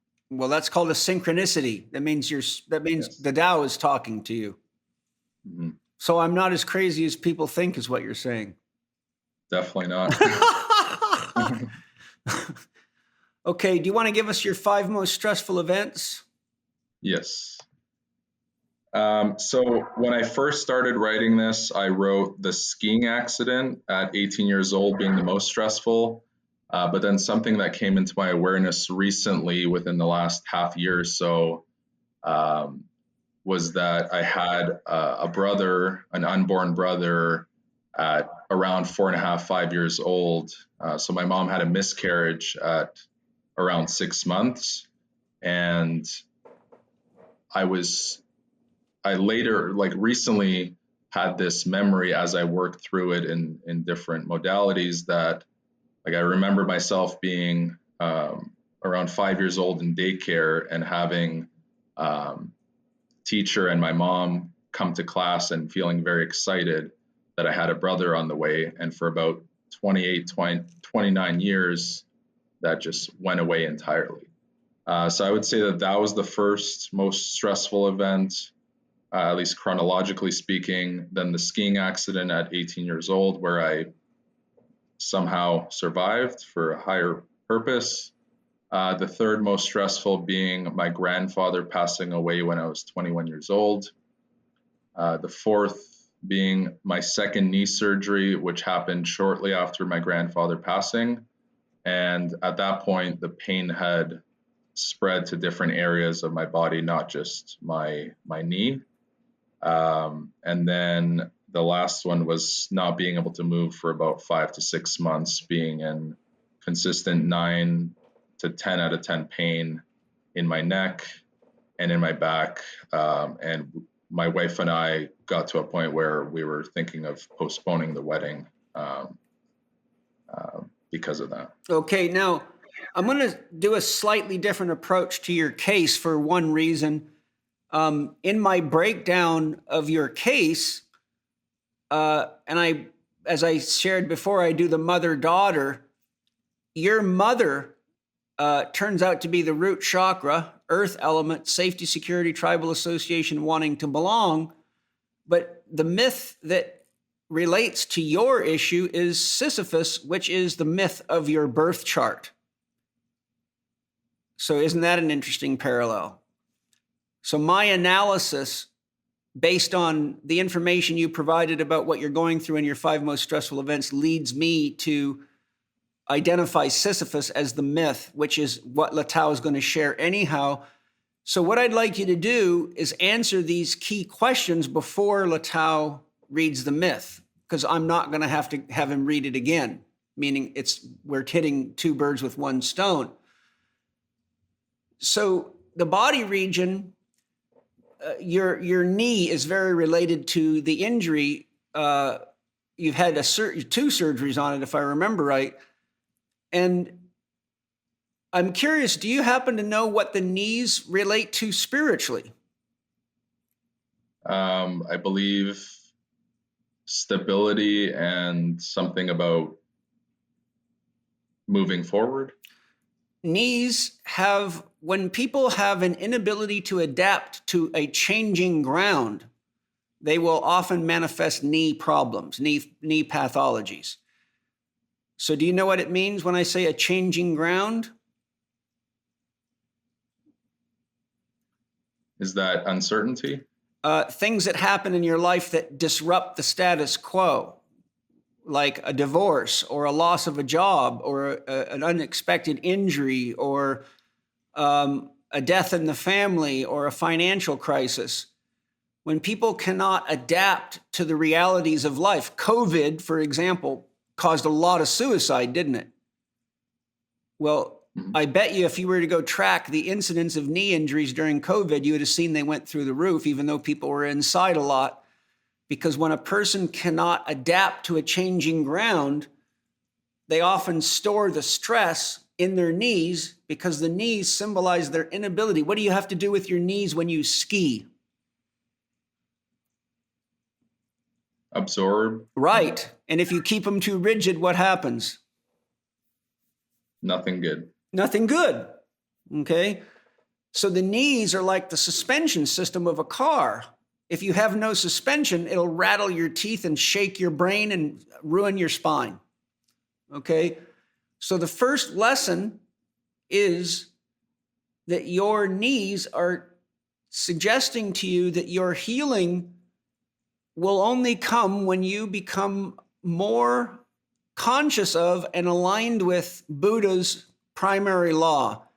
Buddha said there's only one universal law: impermanence. So whenever we hold on to something and identify ourselves with it, or say we can't be happy without this person, place, or thing, we are going against the law of impermanence, and it will cause pain. This is why Buddha said to desire things, anything temporal, is what keeps you on the wheel of samsara. The desire for life is good, but the desire for status, for objects, for people, places, or things leads to repetitive reincarnation until you learn to identify what's truly of value and meaning in life. Okay, so I'd like you to answer these questions, because then we're going to see how these questions correlate with the myth of Sisyphus and your birth chart. Is your challenge the result of trying to control everything yourself, being hard on yourself, and or having an overly high expectation of yourself or others? Can you repeat the first part of the question, please? Is any aspect of your challenge the result of trying to control and shoulder everything yourself, being hard on yourself, and or having overly high expectations of yourself or others? Yes to all of those, for sure. Have you forgotten to embrace the cosmic flow of life? For the majority of the 15 years and prior to that, for sure. This is more of a tip. Try sharing your wants, feelings, and needs with others and allow yourself to be vulnerable and to receive the help you need. But do you see that to do that, you have to let go of trying to control? Okay, there's a deeper lesson that I will probably get into later, but I don't want to slow down Letao's process. Okay, are you paying attention to what you are creating unconsciously and using the powers of your mind to consciously create what you want in life versus living out repeated patterns of family or personal trauma? Again, for most of the period, I have been, and then more within probably the last year and a half, I've been really working on those deeper ancestral beliefs and patterns, wounds, whatever you want to call them. And yeah, just being kind of in a state of constant overthinking and just getting in my own way and not being the observer of the experience without, constricting and judging or trying to force things. Yes, and I suspect there will be a correlation between the time that you begin to be the observer, not get caught, and started to feel like there was progress. Okay, so we'll leave that there. Are you willing to be a good student, listen carefully to the guidance of the pain teacher, be patient, and seek mastery and self-mastery? Yes, although I feel at times of frustration that I think I mentioned this before, that I can't get the message of the pain teacher, that I don't have. It's not even something that I consciously believe right now in this moment as we speak so much. It's more just been a built-in program for many years, both during this journey of pain as well as before. Yeah, so I want to share something very important with you because you've had this going on for a long time. And as a therapist who's worked with countless cases like yours, one of the things I have to keep my eyes peeled for is what is called illness behavior. People actually, after a certain period of time, their identity becomes so associated with their injury or their problem that they actually, at an unconscious level, are afraid to heal because they don't know what they'll do with themselves without all these limitations. And you'll notice like I owned a physical therapy clinic for 3 years and worked in one for 4 years and worked in a chiropractic clinic for 2 years. And what you'll find is something interesting when you're around a lot of injured people. People with back injuries start making friends with other people with back injuries, and all they talk about is their back injuries. And they become so identified that they actually don't know what they'll do without an excuse to park in the handicapped parking spot. And who are they going to talk to when all of their friends are all the injured people, and now they don't have any reason to go talk to those people? So we have to be really conscious to not become so identified with our pain and with our challenge that we lose sight of who we really are and forget that our body is not our soul. Your body is like a car that you drive and experience life through. But my question is, if you were so identified with the beauty of your Ferrari and someone smashed into it, what would happen to you psychologically if you were overly identified with your car? Would be crushed. You'd have an identity crisis. Okay. So I want you to be very careful to relate to your body with love, but not make the body who you are, because I feel that very strongly in you. And so your identity is getting caught up in whether or not your body's doing what you want it to do, but your body's actually not getting what it wants from you. You're trying to control it. It wants you to listen to it, because you're forgetting that there's about 100 trillion cells holding hands that were made by the entire universe, and you can't even measure the depth of the wisdom that lives in your body.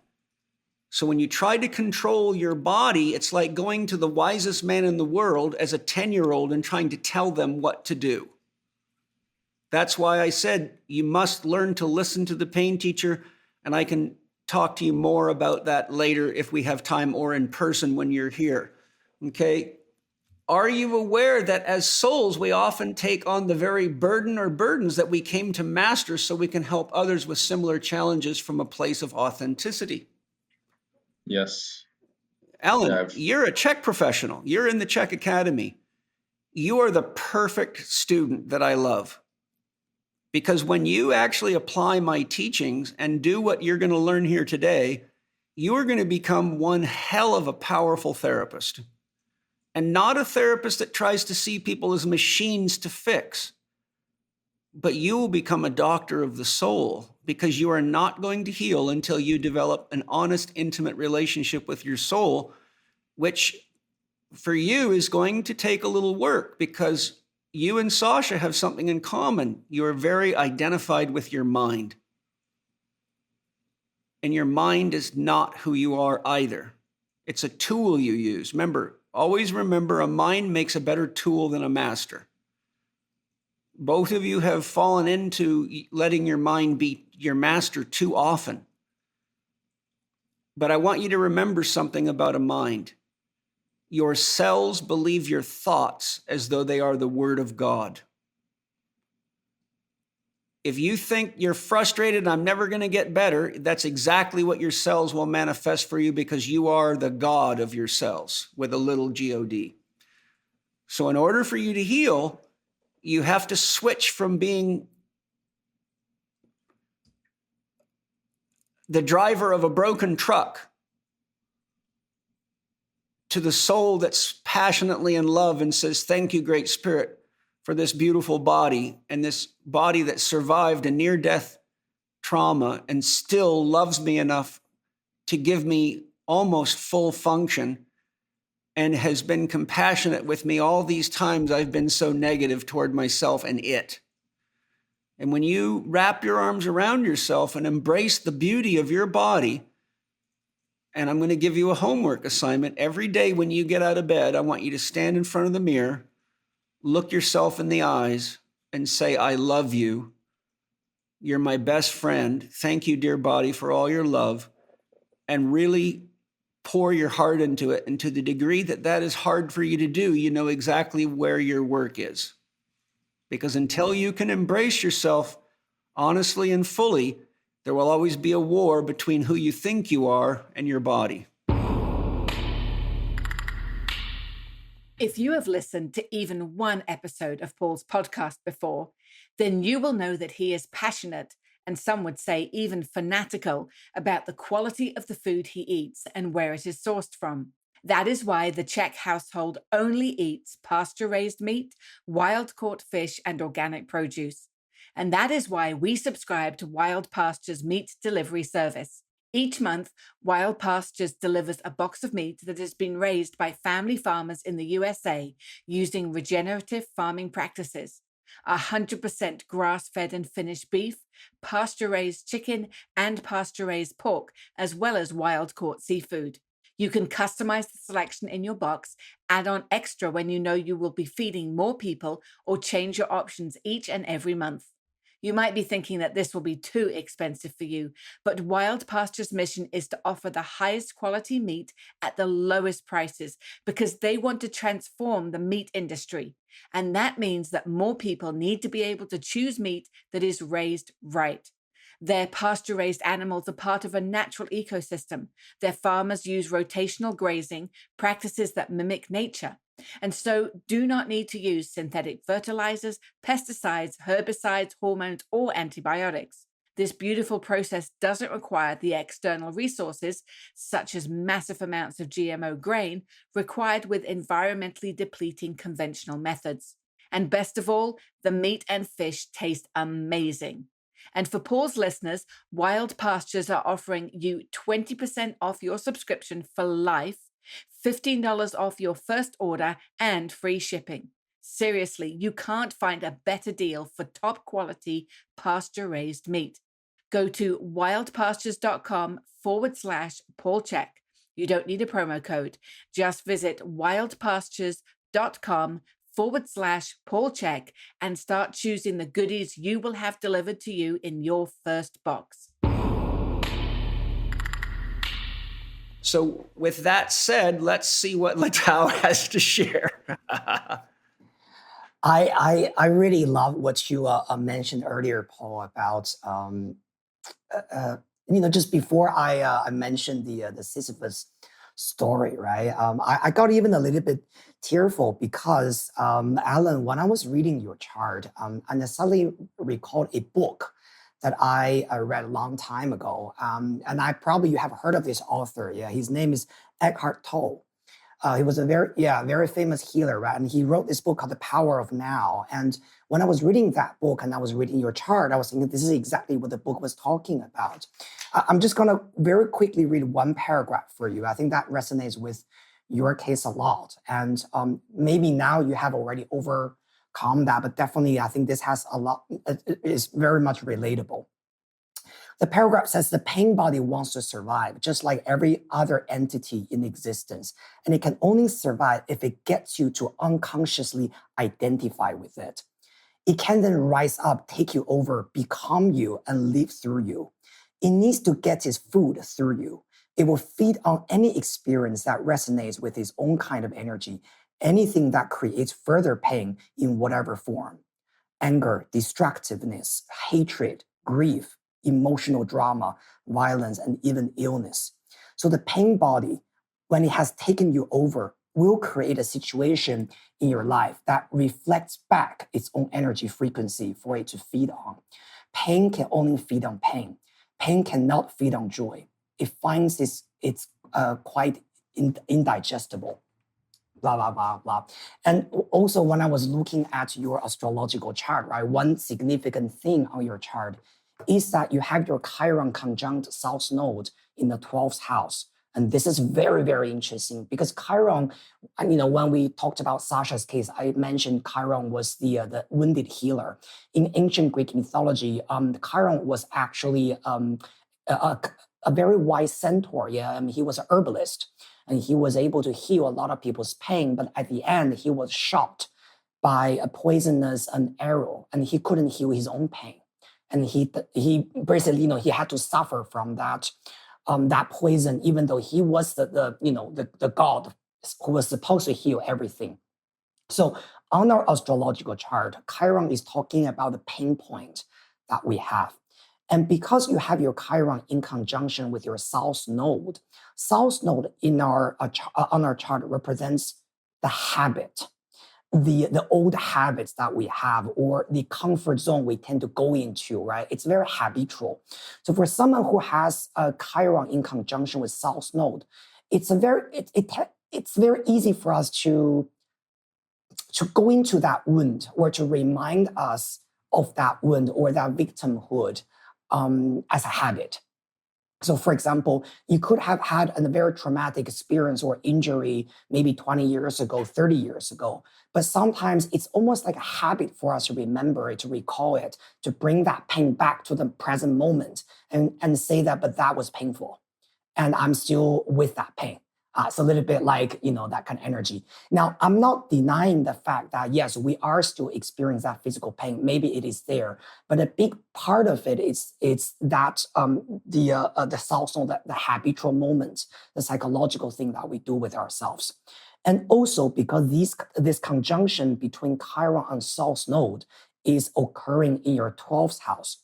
12th house in astrology, in the ancient days, the old astrologers would call this the house of self-undoing, meaning that when we have a lot of planets stuck in our 12th house, we tend to go into this darkness in our mind, corner ourselves in there. And the more we think about it, the more we're doing the self-undoing. And for example, what I realized about myself is, for example, I have my own natal Mercury in the 12th house. And I'm thinking, what does that mean to me? And I suddenly realized that, when I was young, when I was like 6 years old, I watched a documentary about, an actual real historical event about a massacre happened in the Second World War.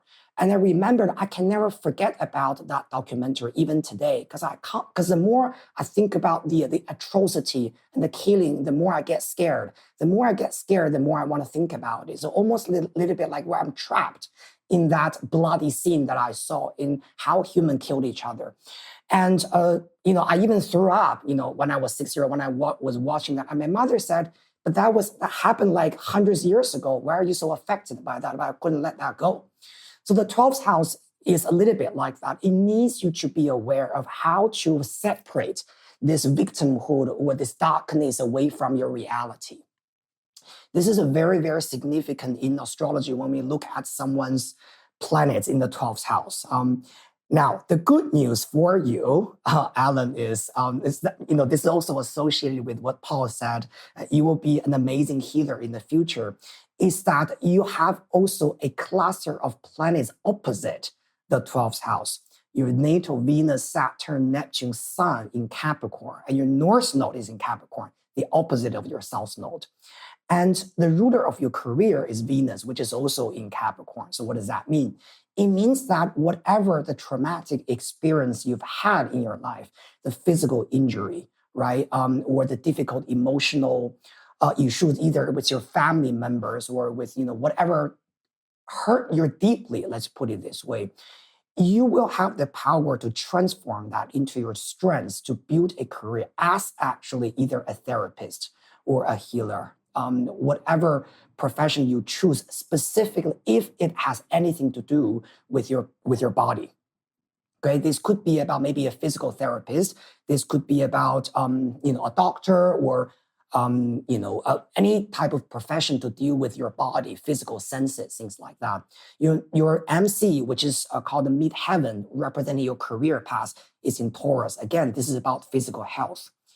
And also earlier when you talked about how you benefited from Paul's Power Animals and Spirit Guides workshop. Correct, right? That and I was thinking, oh, by the way, I have an animal spirit deck here.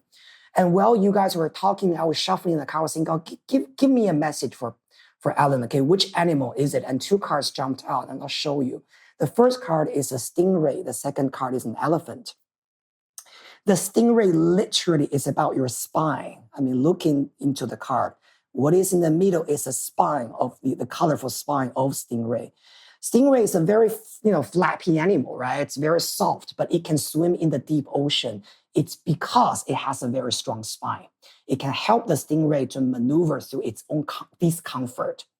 And what is also interesting about this elephant is this card is actually the master in the elements of the earth in the spiritual animal deck. Because elephant is at the top of the food chain. Nothing is an elephant.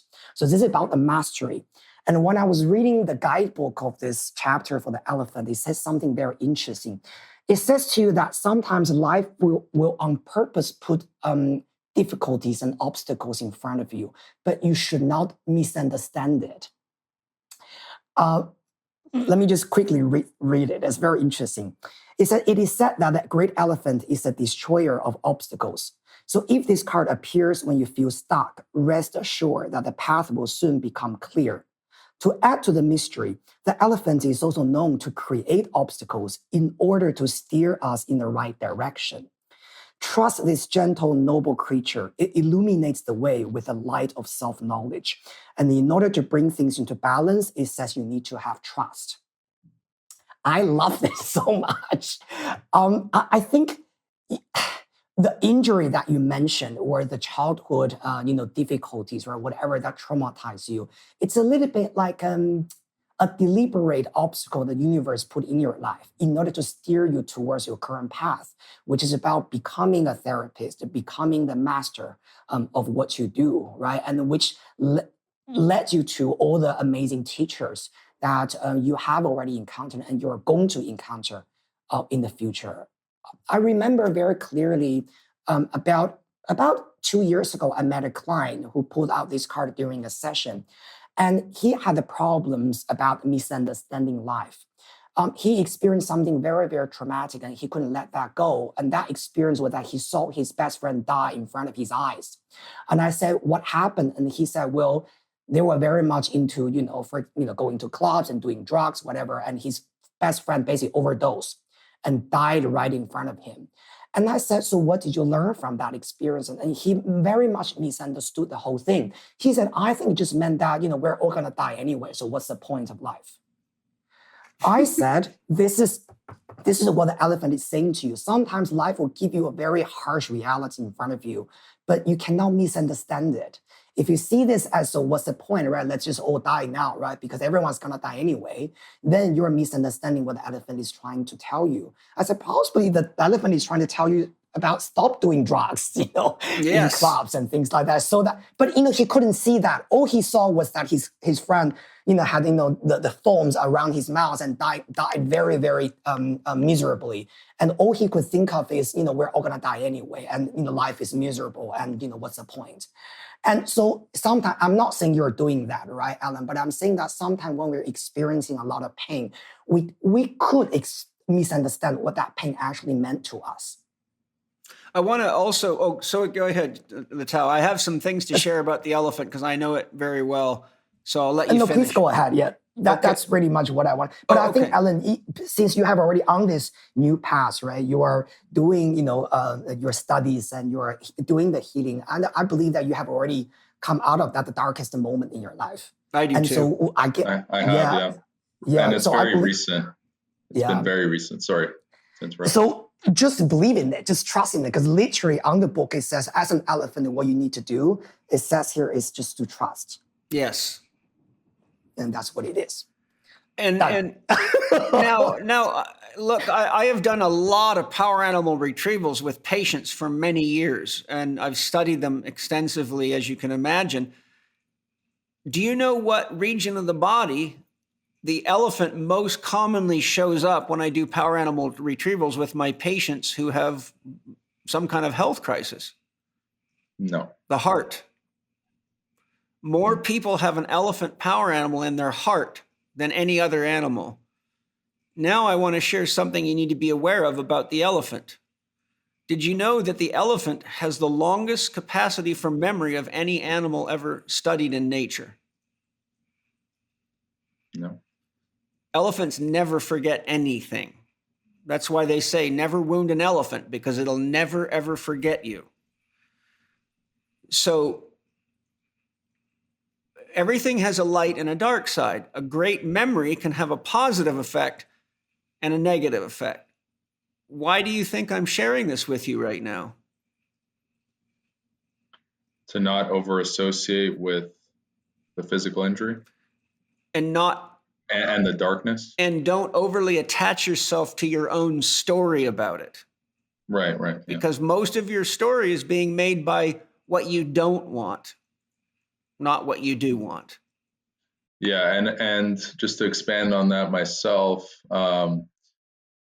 most recently I've started to reframe the idea of chronic pain, because by constantly going to therapists and just sharing with people that, I'm in chronic pain, it affirms that the pain is going to continue, and it puts a label, like an energetic stamp, on myself that my ego then seeks to prove will continue. And so it's like a never-ending cycle. It gives you validation. Okay, so what did Letao just say a few minutes ago about the pain body? What does it feed on? Fear? Pain and fear and insecurity and everything that gives it life.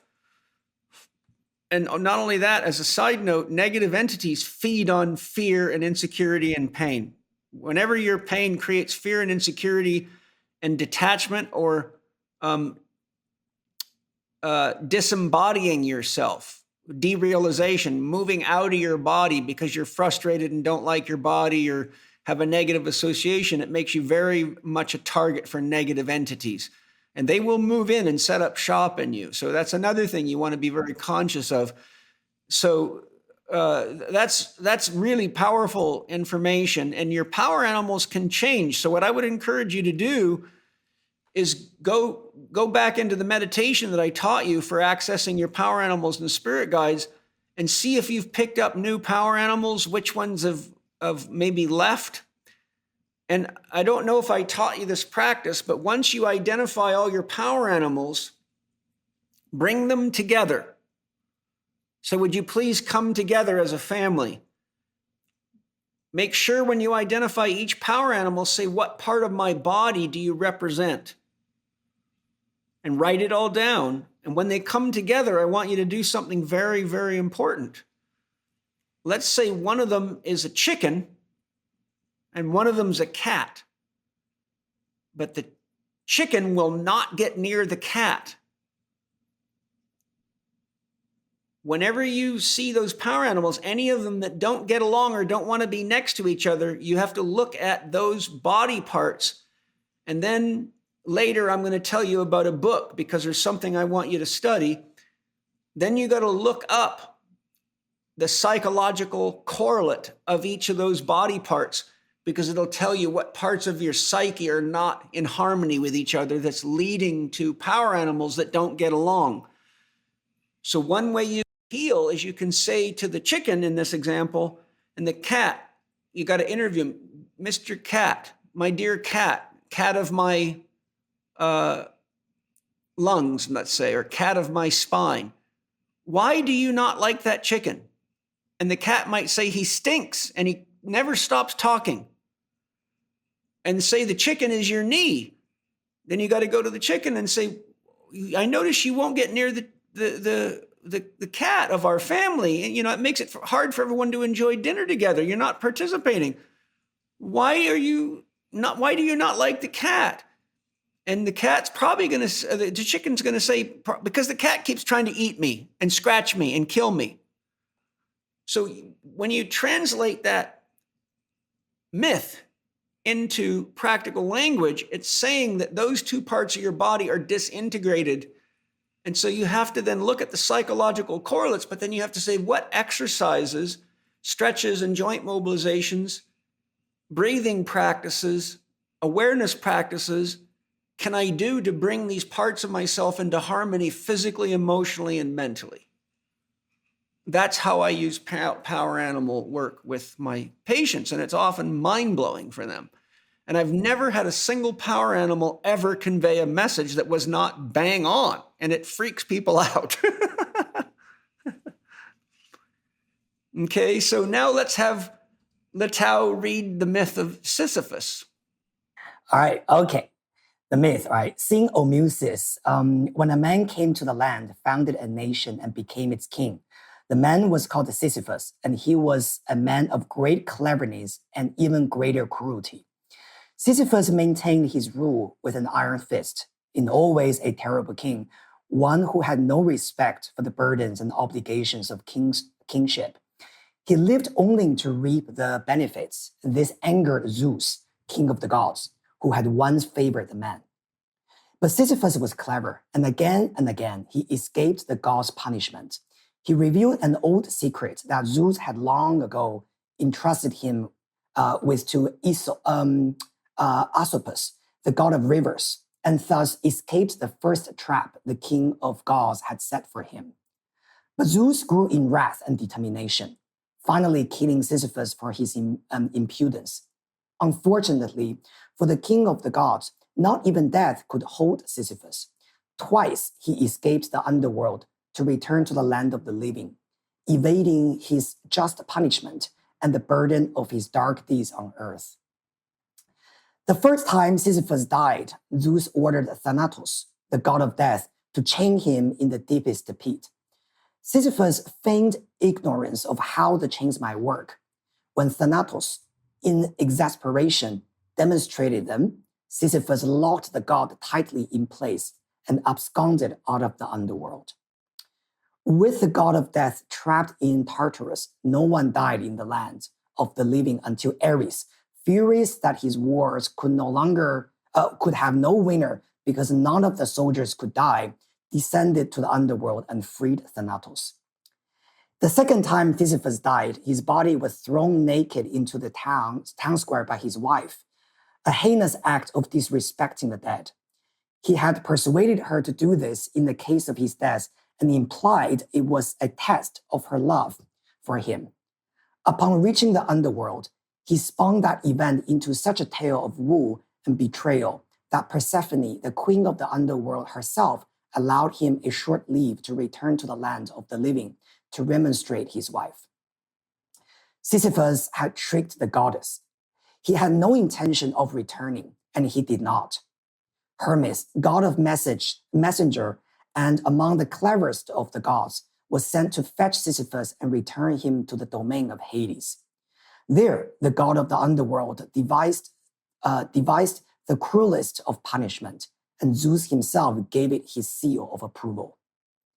You, Sisyphus, said Hades, have ever evaded the weight of your responsibilities and instead been a burden and a tyrant unto others, man and god alike. Your people starved while you grew fat. Your country withered as you plundered its resources for your amusement. That changes now. Behold the emblem of all your burdens. Hades pointed to a nearby boulder. Roll it to the top of the hill and you can again be free. Show the gods that you are capable of shouldering this burden this way, and you shall be restored to life. Sisyphus sneered at the assembled gods, for had he not outwitted them all many times before. He threw his back into the task and began to roll the boulder up the hill. But as soon as he neared the summit, the boulder shivered free of Sisyphus' grip and rolled back down again. The gods are clever as well. Hades and Zeus had enchanted the boulder. It would ever slip free of Sisyphus' grasp as he neared the summit of the hill, until the man had well and truly learned his lesson and accepted the consequences of his misdeeds. Until then, the boulder would be his burden, one he would roll up that hill until the end of the time itself, if need be. So Sisyphus remains in the underworld to this day, all his labors fruitless and frustrating because of the burden he bears for his misdeeds. So what I remember when I was writing this story, I was actually thinking about the sense of burden that we actually put on our own shoulder. And when we're feeling that we have to carry something really heavy moving forward, what that really means to us. And it's amazing to see your chart, Alan, that you have got so many planets in this opposition between Capricorn and Cancer. Capricorn is that sense of, the past that we are shouldering on us. It could be used for advantage because Capricorn is ruled by Saturn. Saturn is also the god of harvest. And so this is saying, to me at least, that the past burden that we are shouldering, can we transform that into the wisdom and the harvest for our own usage in the future? But at the same time, on the other side of the spectrum for you, Alan, is that you have your South Node and Chiron in Cancer. And Cancer is memories. It's the past. It's very much associated with, Paul just mentioned about the elephant's memory. Cancerian energy is very reminiscent about the past. So when we're not using Cancer energy very, very well, this could be about us being stuck with our past, our memories, and our own, let's say, flooding emotion. And there's your boulder. Ah. And if I could share, Alan, what came to me listening to the myth of Sisyphus and knowing about your case, and what I've shared earlier, is this message to you. Be very careful about tricking the gods within yourself.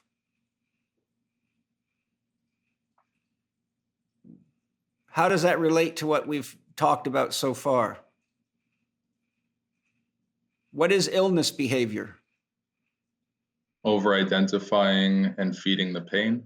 And telling your cells that they're disempowered. Right, and driving a broken truck. Exactly. And so you get so identified with the boulder that you get to the point where you believe that there's nothing else in life for you but to struggle through this pain. And so the point I'm making is the gods of your cells. Have you ever heard of a cell that does not want to be healthy?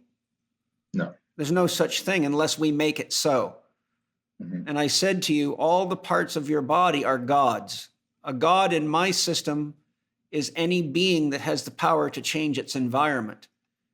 If you have too much toxicity, your liver tries to get rid of it. It tries to process it. If you have too much water in your body, you'll pee it out. If you have too much acidity in your body will make you crave alkaline foods. That's the gods in you doing their very best to help balance and heal you. But who gets in the way when the body says, I want more water, and people keep drinking coffee and soda pop? We do. Sisyphus, tricking the body. You get it? So I want you to be very conscious, because your myth is Sisyphus, to make sure you're not using your memory of the past to make it your reality in the present and think that you're stuck rolling boulders for the rest of your life, or you will roll the boulder. Right? And remember, misery loves company. So you'll start attracting other people with that same profile around you, and you'll self-reinforce each other. And that's the great way to enter a stage of depression that leads to suicide if you're not careful. That's the path to apathy. So I know that you're working with Angie, and that's a very good place for you to be. And I know that you're in the Chek Academy, so you have plenty of support. You need to work with the pain teacher and really orient yourself towards thanking the body for the wisdom it's giving you, and then asking yourself deeply, what is my body wanting less of, and what is it wanting more of? I don't know if you've ever heard me talk about this on my podcast, but I'm going to tell you how I've handled that, because I've got a lot of broken bones in my body. I've had motorcycle accident so bad I was completely unconscious for more than 2 days. I had internal bleeding. I once missed a bridge going about 75 miles an hour in a motorcycle race and flew into a riverbed and got my asshole almost torn right out of my body. I've had my testicles torn open and my balls literally hanging out. I've had, like a lot of trauma. I've had 6 major concussions racing motocross. I've got 2 holes right through my skull from my brother attacking me with weapons and putting a fire poker through my skull and turning a .45 Magnum pistol over and driving the hammer through my skull. So I've been at times in so much pain. What scared me the most was waking up in the morning, because all the blood would stick to the sheets and it would take me a long time to peel the sheets off of me. And that was as painful as the injuries were. And so, of course, the doctors just said, well, you should stop riding motorcycles, and you shouldn't fight with your brother, and you shouldn't box, and you shouldn't, they always told you not to do the things you love to do. Well, that, to me, as a young man, I'm like, well, these guys are idiots. I'll die if I don't do those things. So here's the punchline. I've been able to successfully rehabilitate myself from all these injuries by doing one thing: listening to my body. When my body said, roll to your right side, I rolled to my right side. When it said, lay over a rock and mobilize your spine, I laid over a rock and my spine adjusted and I felt better. When muscles got tight and painful, my body said, stretch these, and I stretched them. When my body was thirsty, I drank water. When my body said, walk, don't run, I walked. What I'm telling you is that you probably need less help from therapists and more listening to the gods within you. I'm not saying don't listen to therapists, because they know a lot of stuff you don't that enhances your ability to listen to your body. But I've rehabilitated myself from injuries that many doctors told me I would never be able to compete in sports again from, because I listened to my body and let it guide me. And I had always a love of my body. My body has always been so good to me. And to this very day, I get up in the morning, look at myself in the mirror and laugh and say, like, wow, I'm 63, but I can still pile huge stones up in stacks and lift heavy weights and, make love and chase the kids around. And I just have a deep love of my body because it's always given me back as much love as I've given it. And I think more people in our culture need to develop a healthy love and relationship with their body. And once again, if you look at Christianity's relationship with the body, it's devastating. Read the Bible. Well, don't read the Bible, but if you, the point I make is when you realize that's the dominant myth of our culture and how it relates to the body, we have serious body problems in our culture. And the number of therapists that I work with that can tell you how many people are disembodied. They're not even in their body. It's serious problems. Okay. So your body is your master. It is your teacher. It is your greatest lover. And if you make that relationship intimate, personal, and important, and you listen to your body and respond, and if you can't get the message, then you need to hold still. If you have to sit under a very tall tree for an hour or 2 hours or 3 hours, do it. If it hurts to sit, lay down. But you're being drawn into your body to learn the lessons you came to learn. And until you become a good student, the pain teacher will keep turning the volume up for you. I will make a prediction. There will be no therapist that you say healed you. Because if they do, you will abort the lesson you came to learn and you will become addicted to them because you will probably need help again and rush to them because they're your magic pill. That's why, as a therapist, I do not do things for people they can do for themselves. For sure. And I think in the case that a therapist does that, I think that's like a spiritual bypass. It can be. For the client, or it can be. Mm-hmm. And a few of the themes that have been resonating for me recently have been to trust my intuition and to lean into my own self-empowerment. Yes. And for many years, as I've mentioned, and I'm sure you've seen, I would oftentimes have 2 to 3 appointments a day, multiple times a week, and looking for someone, a therapist, a doctor.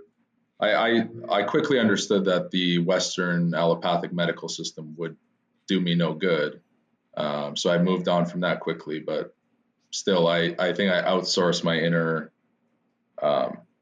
wisdom, my inner body's wisdom to seek,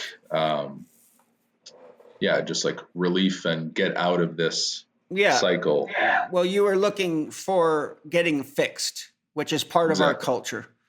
Remember, at an unconscious level, Alan, whenever you go to a doctor or therapist for treatment and pay them, there's an unconscious expectation, and I'll make it very clear to you.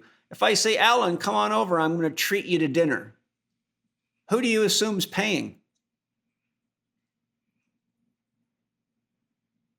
You are. If I say I'm going to treat you to lunch or treat you to a night on the town, in our culture, that means Paul's paying. Okay, so when you go to a doctor or a therapist for treatment and you pay them, the unconscious expectation is they're going to take your pain away and you're going to lay on the table and it's up to them to take your pain away. So what happens is we start having a resent for doctors and therapists because we keep going to them and our pain doesn't go away. Why? Because we're not going to learn anything and we're not going to grow and we're going to develop a codependent relationship with them, which will cost us money forever. And the doctor and therapist themselves will not grow, because they will keep believing that they're the God that can fix you. And so it creates double jeopardy. You have unconscious therapists and unconscious patients. And we have a very big problem with that worldwide. Now, to go back to your mother, your greatest imbalance is at the root chakra. So once again, safety, security, tribal association, wanting to belong. Now, based on what you've learned today, where is your greatest safety going to come from? Trusting my body's inner wisdom. And what is your body? The vehicle of? My soul? Yes. So what is the ultimate safety? Your body or your soul? Soul, and not over-identification with the body. Well, you can love it, but know that you're not the body. The body is a vehicle that you created. Spiritually, you created that body and you organized this opportunity to learn. So your greatest sense of safety is when you ask your soul to teach you how to love the gods that you have contracted to be your helpers as a body. What's the greatest security? Trusting in yourself. What's the tribe that you need to associate with? The glands, organs, and tissues and cells that make your body. Wanting to belong. Who do you need to want to belong to? Yourself. You understand? Mm-hmm. That's your lesson. In the root chakra is your lesson, is that, exactly that. If I was your therapist, that's exactly where you'd be going with me. And I would be teaching you all sorts of things, which I already have through the academy. Okay, so here's the daughter. This is the symptomatic expression. This is where your trapped energy is blowing itself out to protect you from depression or suicide. Your third chakra, again, fire element. Who am I? Personal power and self-will, border barrier and self-definition. I have a note here, lacking a personal myth and a clearly defined dream to give the levity to overcome the gravity and inertia of life and past events, injuries, and pain. That's why you have this third chakra issue, because you're lacking a personal myth and a clearly defined dream that will provide the levity to overcome the gravity or the inertia of your injury history. Remember, if you have a big enough dream, you don't need a crisis. Amen. Okay? So get clear with your soul on what your dream is. Letao and I have already given you plenty of tips, and your body's giving you tips too. Okay. Now, the myth that I'm going to have Letao share for you that relates to your third chakra is Hercules, fire element, strength, and the heart. Here's the questions I want to ask you before he reads the myth. Are you ready to embrace your strength and face all the negative emotions within yourself to heal? Yes. Can you accept that everyone is loving the best they can with the circumstances of their life and step into your own healing with integrity, honesty, dignity, and maturity? Yes. Can you trust that there's a divine plan and that each soul's path is unique and the circumstances of birth, life, and death of each soul is unique to that specific soul and its needs? Yes, no doubt. Ready for the last question? Let's do it. Can you confront your own inner beast? Yeah, I'm on that journey for sure. That's your pain body. That's the identification with pain and the constant story of I'm broken, nothing's working. That's your beast. I think there's like a 1%, maybe 1 to a few percent that is still in a place where it's like, yeah, but I'm not sure I believe 100% that I can get over that beast or those burdens. Great. I'll tell you how to handle that. Whenever you're in a place where you don't have 100% buy-in from your heart, it's your heart that's got to buy in, not your head. The head buys into all sorts of shit. That's why people get divorced every 2.5 years. Their head and their crotch buys into things before their heart looks into them. Okay? Yeah. So here's what you do. Whenever you don't have 100% buy-in from your heart, you ask yourself the question, do I have the potential to confront, love, and transform my inner beast into my freedom and my well-being? Do I have the potential? Alan, do you have the potential to engage your inner beast and transform it, because that is where your libido is trapped. Our inner beast or our nightmare is where the majority of our libido is trapped. That means life force energy. That means your creative potential is trapped in the inner beast or the nightmare. So when you believe you have the potential, then you get buy-in from the heart. Can you get a buy-in from your heart when you think the words, I have the potential to transform my inner beast into health and freedom? Yes. Okay, I'm going to hold you to that. Mm-hmm. That's my job as a therapist, is to keep you honest about your promise. Whenever I see you, I'm going to look at you in the eyes and I'm going to say, are you buying in and engaging your potential to transform your inner beast into your own health and freedom? Deal. Okay, now I'm going to ask you a real important question.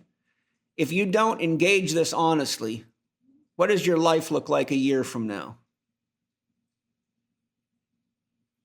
Stuck in my mind, continuing to stay in a pain loop and have trapped life force energy and continue to stay in a place of frustration and just like cycling and apathy. Just not the dream life. What does it look like 3 years from now? I think, just more of the same. Okay. Now I have an even more important question for you. You're married, aren't you? Yes. What does this look like in your relationship with your wife 1 and 3 years from now? What happens? Well, just more pain for myself and my partner in the relationship. Because here's what often happens. When your partner sees that you're not able to deal with the dragon that you're fighting, she will, out of empathy, start taking it into her body to support you. And the next thing you know, you'll have 2 people sick in the relationship, and misery will have the company it was looking for. Yeah, that's been a pretty conscious fear of mine. Well, don't make it a fear, because that's false evidence appearing real. Make it something that you honor, love, and respect, and say, out of love and respect for my wife, I am going to do my very best to work with the pain teacher and free myself. And I'm going to show her how much gratitude I have for her love and support. Because I'm sure that a man with your case history has a wife that has been quite a support. The best, the strongest. Okay, so before Letao reads the myth of Hercules, I also want you to know you have a strong kidney adrenal issue going on, and I want you to order the book called Body Eloquence by Nancy Mellon. She's a very deep mythologist, storyteller, and Steiner initiate. And I want you to read chapter 10 on the kidney. I've already read it many times because it's such a common problem, and I think you are going to be blown away at what you read in that chapter and how relevant it is to your life. And by the way, the kidney meridian runs right through the knee. Okay, so with that, let's have Letao read you the myth of Hercules so you can get a sense of why that's in your reading today by me. Right.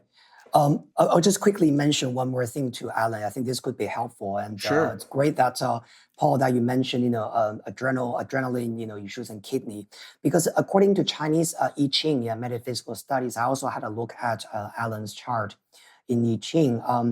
Alan, you were born with a lot of the symbol, okay, based on your birthday of you is ocean actually, but when we look at I Ching, there are 8 different things there we have to fill in, right? You have too much ocean there.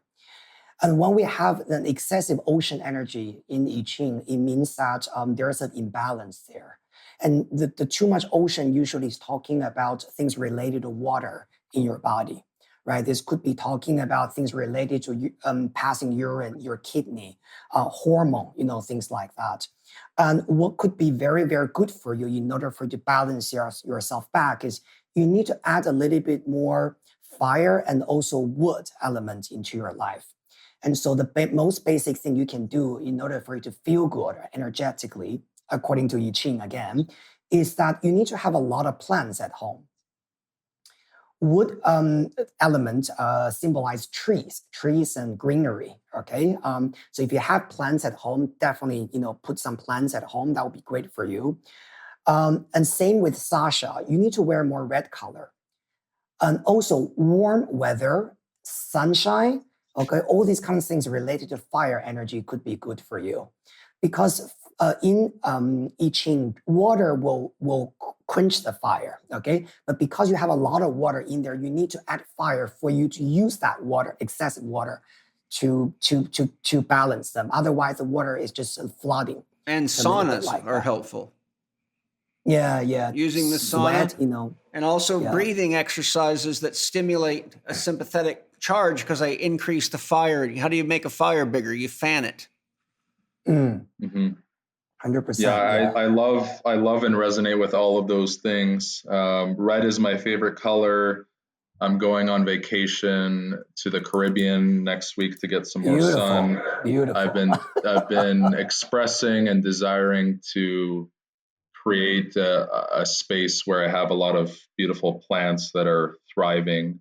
And I've done a lot of sympathetic, more like holotropic breath work. Very good. Very, very similar to some psychedelic journeys.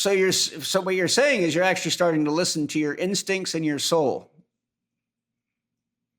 What I now understand to be those things, yes. Good. Now let's hear about Hercules. Yeah, okay. All right, so let's start from here, right? So greatest of all Hercules' labors was the killing of Hydra. So Hydra is a monster, right? The Hydra was a fearsome beast raised by the hand of Hera herself. Hera is the queen of the universe who hated Hercules, by the way. By the hand of Hera herself to be Hercules' undoing. The beast dwelled in a swamp near to Lake Lerna and was so poisonous, so foul, that toxic fogs blanketed the land near where it lived. The nymphs that dwelled in Lake Lerna counseled the great hero Hercules to dip a cloth into the waters of the lake and tie it about his face. This protected him from Hydra's noxious fumes. Wearing this, Hercules tracked the Hydra to its lair, a deep cave, knowing that if he dared face the beast there, he would surely die for lack of room to maneuver. Hercules set fire to his arrows and sent him winging deep into the cave, using his boundless strength. Angered by the flaming arrows landing around him, the Hydra burst forth from his lair, and a dreadful sight to behold it was.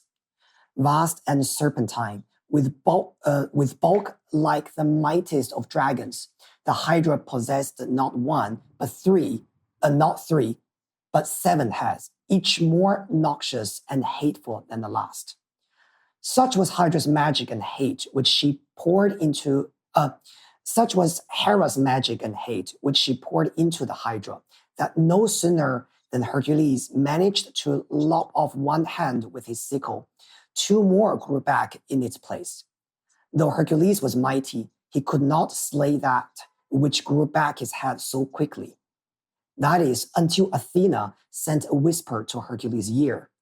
Upon hearing the goddess of wisdom, Hercules drew back, dosed his sickle in oil, and set it aflame. The flaming sickle cauterized the stump of each neck as he severed the head, preventing it from growing back. Again and again, Hercules struck. Heads rolled across the grass, spilling poisoned blood across land, scorching the grass and corroding everything it touched. Not even the hatred of the queen of the gods was a match of the strength of Hercules. At last, he struck the central head from Hydra's neck. It was the most potent of all and immortal.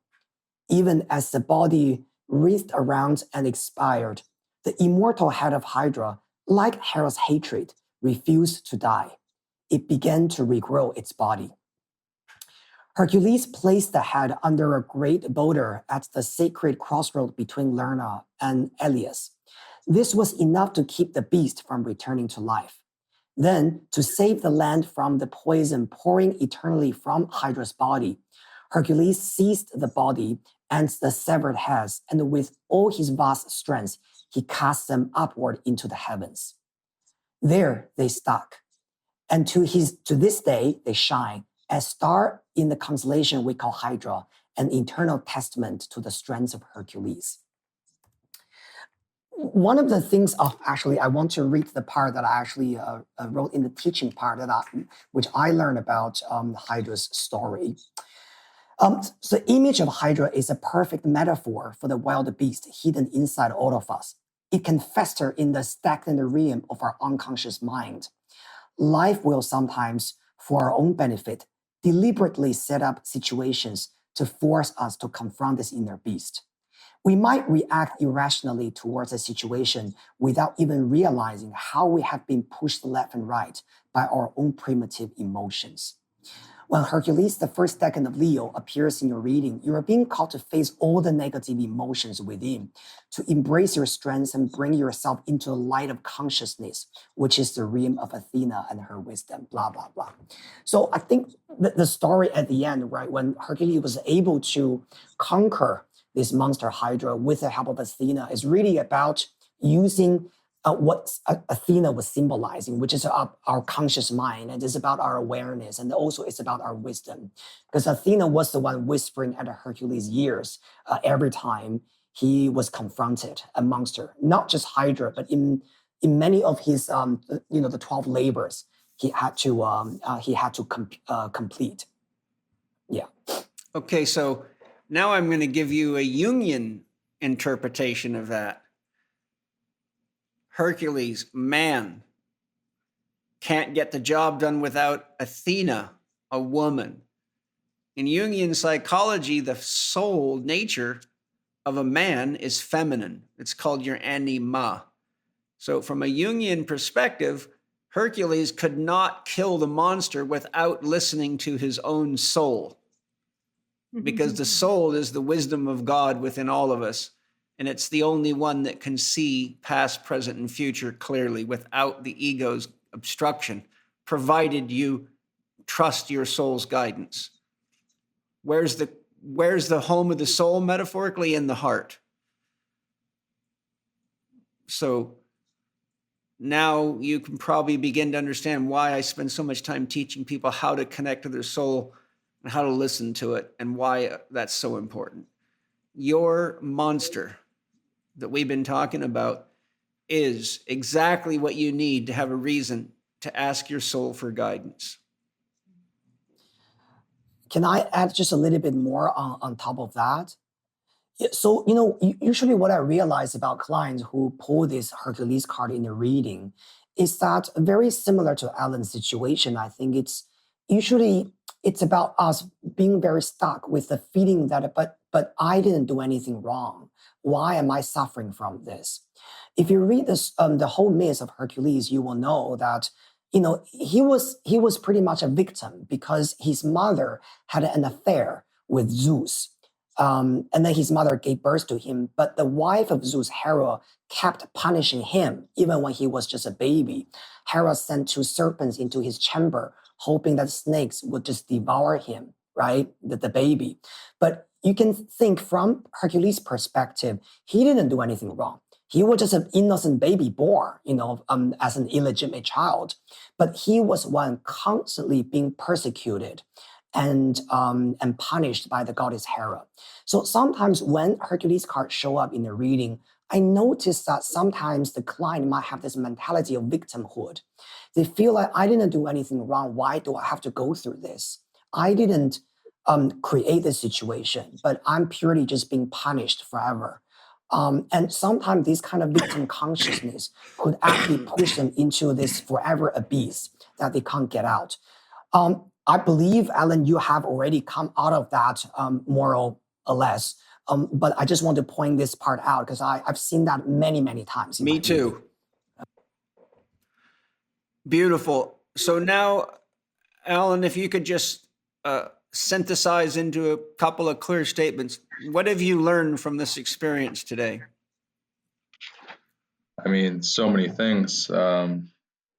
Let's start with, I think the most impactful is to connect with my heart and lean into the potential that I can transform that inner beast into wisdom and healing for myself and others. Well, of course, I'll have to dive into the kidney and adrenal section of that book that you mentioned. I would recommend you read the whole book, but start with chapter 10. Yeah, definitely. That book will change your life. Letao, that's an amazing book. You would love. Yeah. I already ordered from Amazon, just waiting for it to be delivered. Yeah. Good. An extension of that would be to continue to listen to my body, love my body. I've been doing more and more mirror work recently, and I've been really connecting with that, giving myself self-love, talking and programming my body and my cells in a way that's positive and life affirming, rather than feeding those patterns of burden and lower vibration states that just keep the pain. Pain is it becomes an addiction, and like a snake that eats itself continuously. Let's see. Well, the theme of just like conscious and unconscious burdens has been very prevalent, and I just wanted to share a quick little thing about a recent experience I had with plant medicine, where I pulled one of Letao's cards prior to the ceremony, and I asked what would the energy of the experience be, and the card that I pulled was burden, and I asked what would be the message or the lesson, and the answer, the card that I pulled, was humor. And when I read the teachings of both, and then had the experience with both plant medicine and about 7 hours of sound healing, it was like comically clear that the way to approach the burdens that I was processing in that experience and just in general in life was to not associate with the pain, to observe it and to approach it with a sense of lightness, joy, even humor. Like the whole experience was riddled with humor, just like on an unbelievable amount. And it was such a clear sign. Of course, to continue working with my pain teacher, and also, like I said at the beginning, just learning to work with the power animals and how they relate to my body and my soul, and what they or my higher self are trying to communicate. Not look for therapists to not only save me, but form any kind of look out for those relationships that can be that can get me in a pattern of codependence. Yeah, see a therapist as a teacher, not a fixer. Exactly. Yeah. Let's see what else we have. I mean, so much. That's enough. I just want to make sure you got it. Yeah. Now, one quick question before I close up, Sasha. What did you learn from being present with Alan's case that relates to you? I learned that it really boils down to having a strong connection with your own soul and your own body, and using that to guide you through life and challenges, and whether they're anything in life. Just follow your heart and be guided by your soul, and everything will be good no matter what. Yeah, and don't try to kill the pain teacher. And don't try to kill the pain teacher. Yeah. Be careful with drugs and shortcuts and biohacking, because you're not listening. You're trying to numb the pain teacher. So I'm going to make my last statement before I let Letao share his contact information and all that. Aristotle, now a lot of the things we've talked about will have lost a lot of people. They won't be here now. Because power animals, spirit guides, soul, this is like what a lot of people call airy-fairy hippie stuff, right? So I want to share this with you. Aristotle said, and you got to listen very carefully because this is so deep, most people can't grasp it. Aristotle said, the soul is to the body what vision is to the eye. The soul is to the body what vision is to the eye. Now, just to make a point, you have to ask yourself, does the eye see?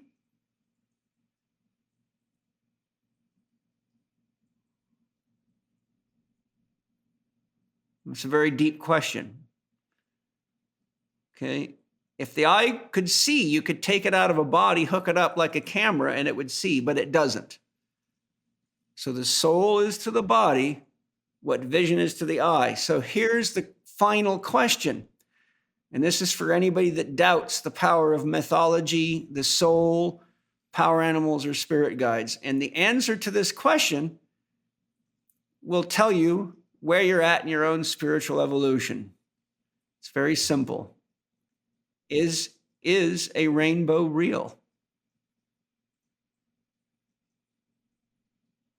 Is a rainbow real? Okay. I feel like it's up to your own perception. Isn't everything? What do you have without your perception? No sense of reality. You have nothing, because your perceptual faculty is the mode by which you have experience.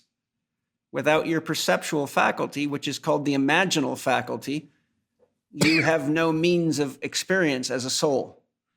So a scientist and a left brainer will say the rainbow's not real. It's just light reflecting off water particles.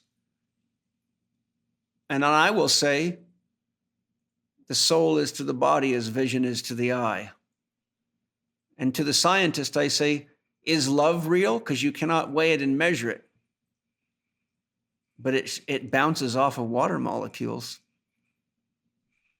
It saturates them, excites them, and bounces right off of them like light from a star. So these are things worth meditating on. Is a rainbow real? The answer to that question determines whether you're ready for the spiritual life or whether you're still identified with the matter, which means you're still asleep in the evolution of the soul. Hopefully that will sit with you. You can meditate on it and see how you can embrace those two statements for your own journey. And as to the rainbow, I have this to say. Isn't beauty beauty no matter how it arrives? We always remember that. Beauty is beauty no matter how it arrives. Don't forget to embrace the beauty while you're trying to figure out how the rainbow happens. Or you will create a lot of pain for yourself in life. What a great journey. Letao, thank you so much for the depth of your wisdom and all your great work. Oh, thank you. Thank you for having me today. Thank you for inspiring me to put that chart together, because it took your genius to trigger my genius to go, God, why did I not figure that out sooner? I had to read this book by Letao twice to finally realize I could have put this together in a system a long time ago. And it works so beautifully. I'm like, oh my God. But so sometimes it takes another soul, to wake our soul up to something beautiful in us. So thank you for your beauty, each of you. And what a great podcast. I'm grateful for each of you. If it wasn't for the fact that you had these challenges, you guys, we wouldn't have been able to have this beautiful 3-hour hangout love session together. So Letao, where can people find you? By the way, Letao does private counseling with people. You got a good sample of it today. Where do they find you, Letao, and where do they find your books? Right. So if you want to contact me for a private counseling session, you can reach me through my website, www.thehealingkingdom.com, or you can also just contact me through my official Instagram account. My Instagram ID is my name, Letao Wang, Letao Wang. I love your name, Letao. To me, thank you. To me, it means the Tao. I just think it's the coolest name ever. I think when I think of Letao, I think the Tao. A lot of people say that actually, but to write my name in Chinese, it's actually a different character. But I love people think it's the Tao. Yeah. Yeah. Well, yeah. We'll just I'll keep my character the way I like it, because it just it always makes me see your essence, which I just love. So I'm grateful for that, and thank you guys. Thank you. Yeah, thank you very much. Grateful for you. Thank you, everybody. Thanks, guys. Yeah. Lots of love to you, listeners. Thank you to our sponsors for all your great products and supporting us with your love and beauty, and supporting the great farmers that take care of the planet. And thank you guys for anything you buy from the sponsors, because it means you're taking good care of yourself, and it helps the podcast, so we all win together. I look forward to sharing something amazing with you in a week. And until then, I hope you put everything to work that we talked about today. And is a rainbow real? Aho, great spirit. We are safe. We are home. We are whole. See you guys. Thank you. Thank you. Thank you. Thank you for listening to Spirit Gym with Paul Chek and today's guests, Letao Wang, Sasha Andreas, and Alan Simkovich. Paul highly recommends Letao's card decks, which you can find on Amazon.com. The Oracle of Celestial Deities can be found at bit.ly/celestial deities. That's bit.ly/celestial deities.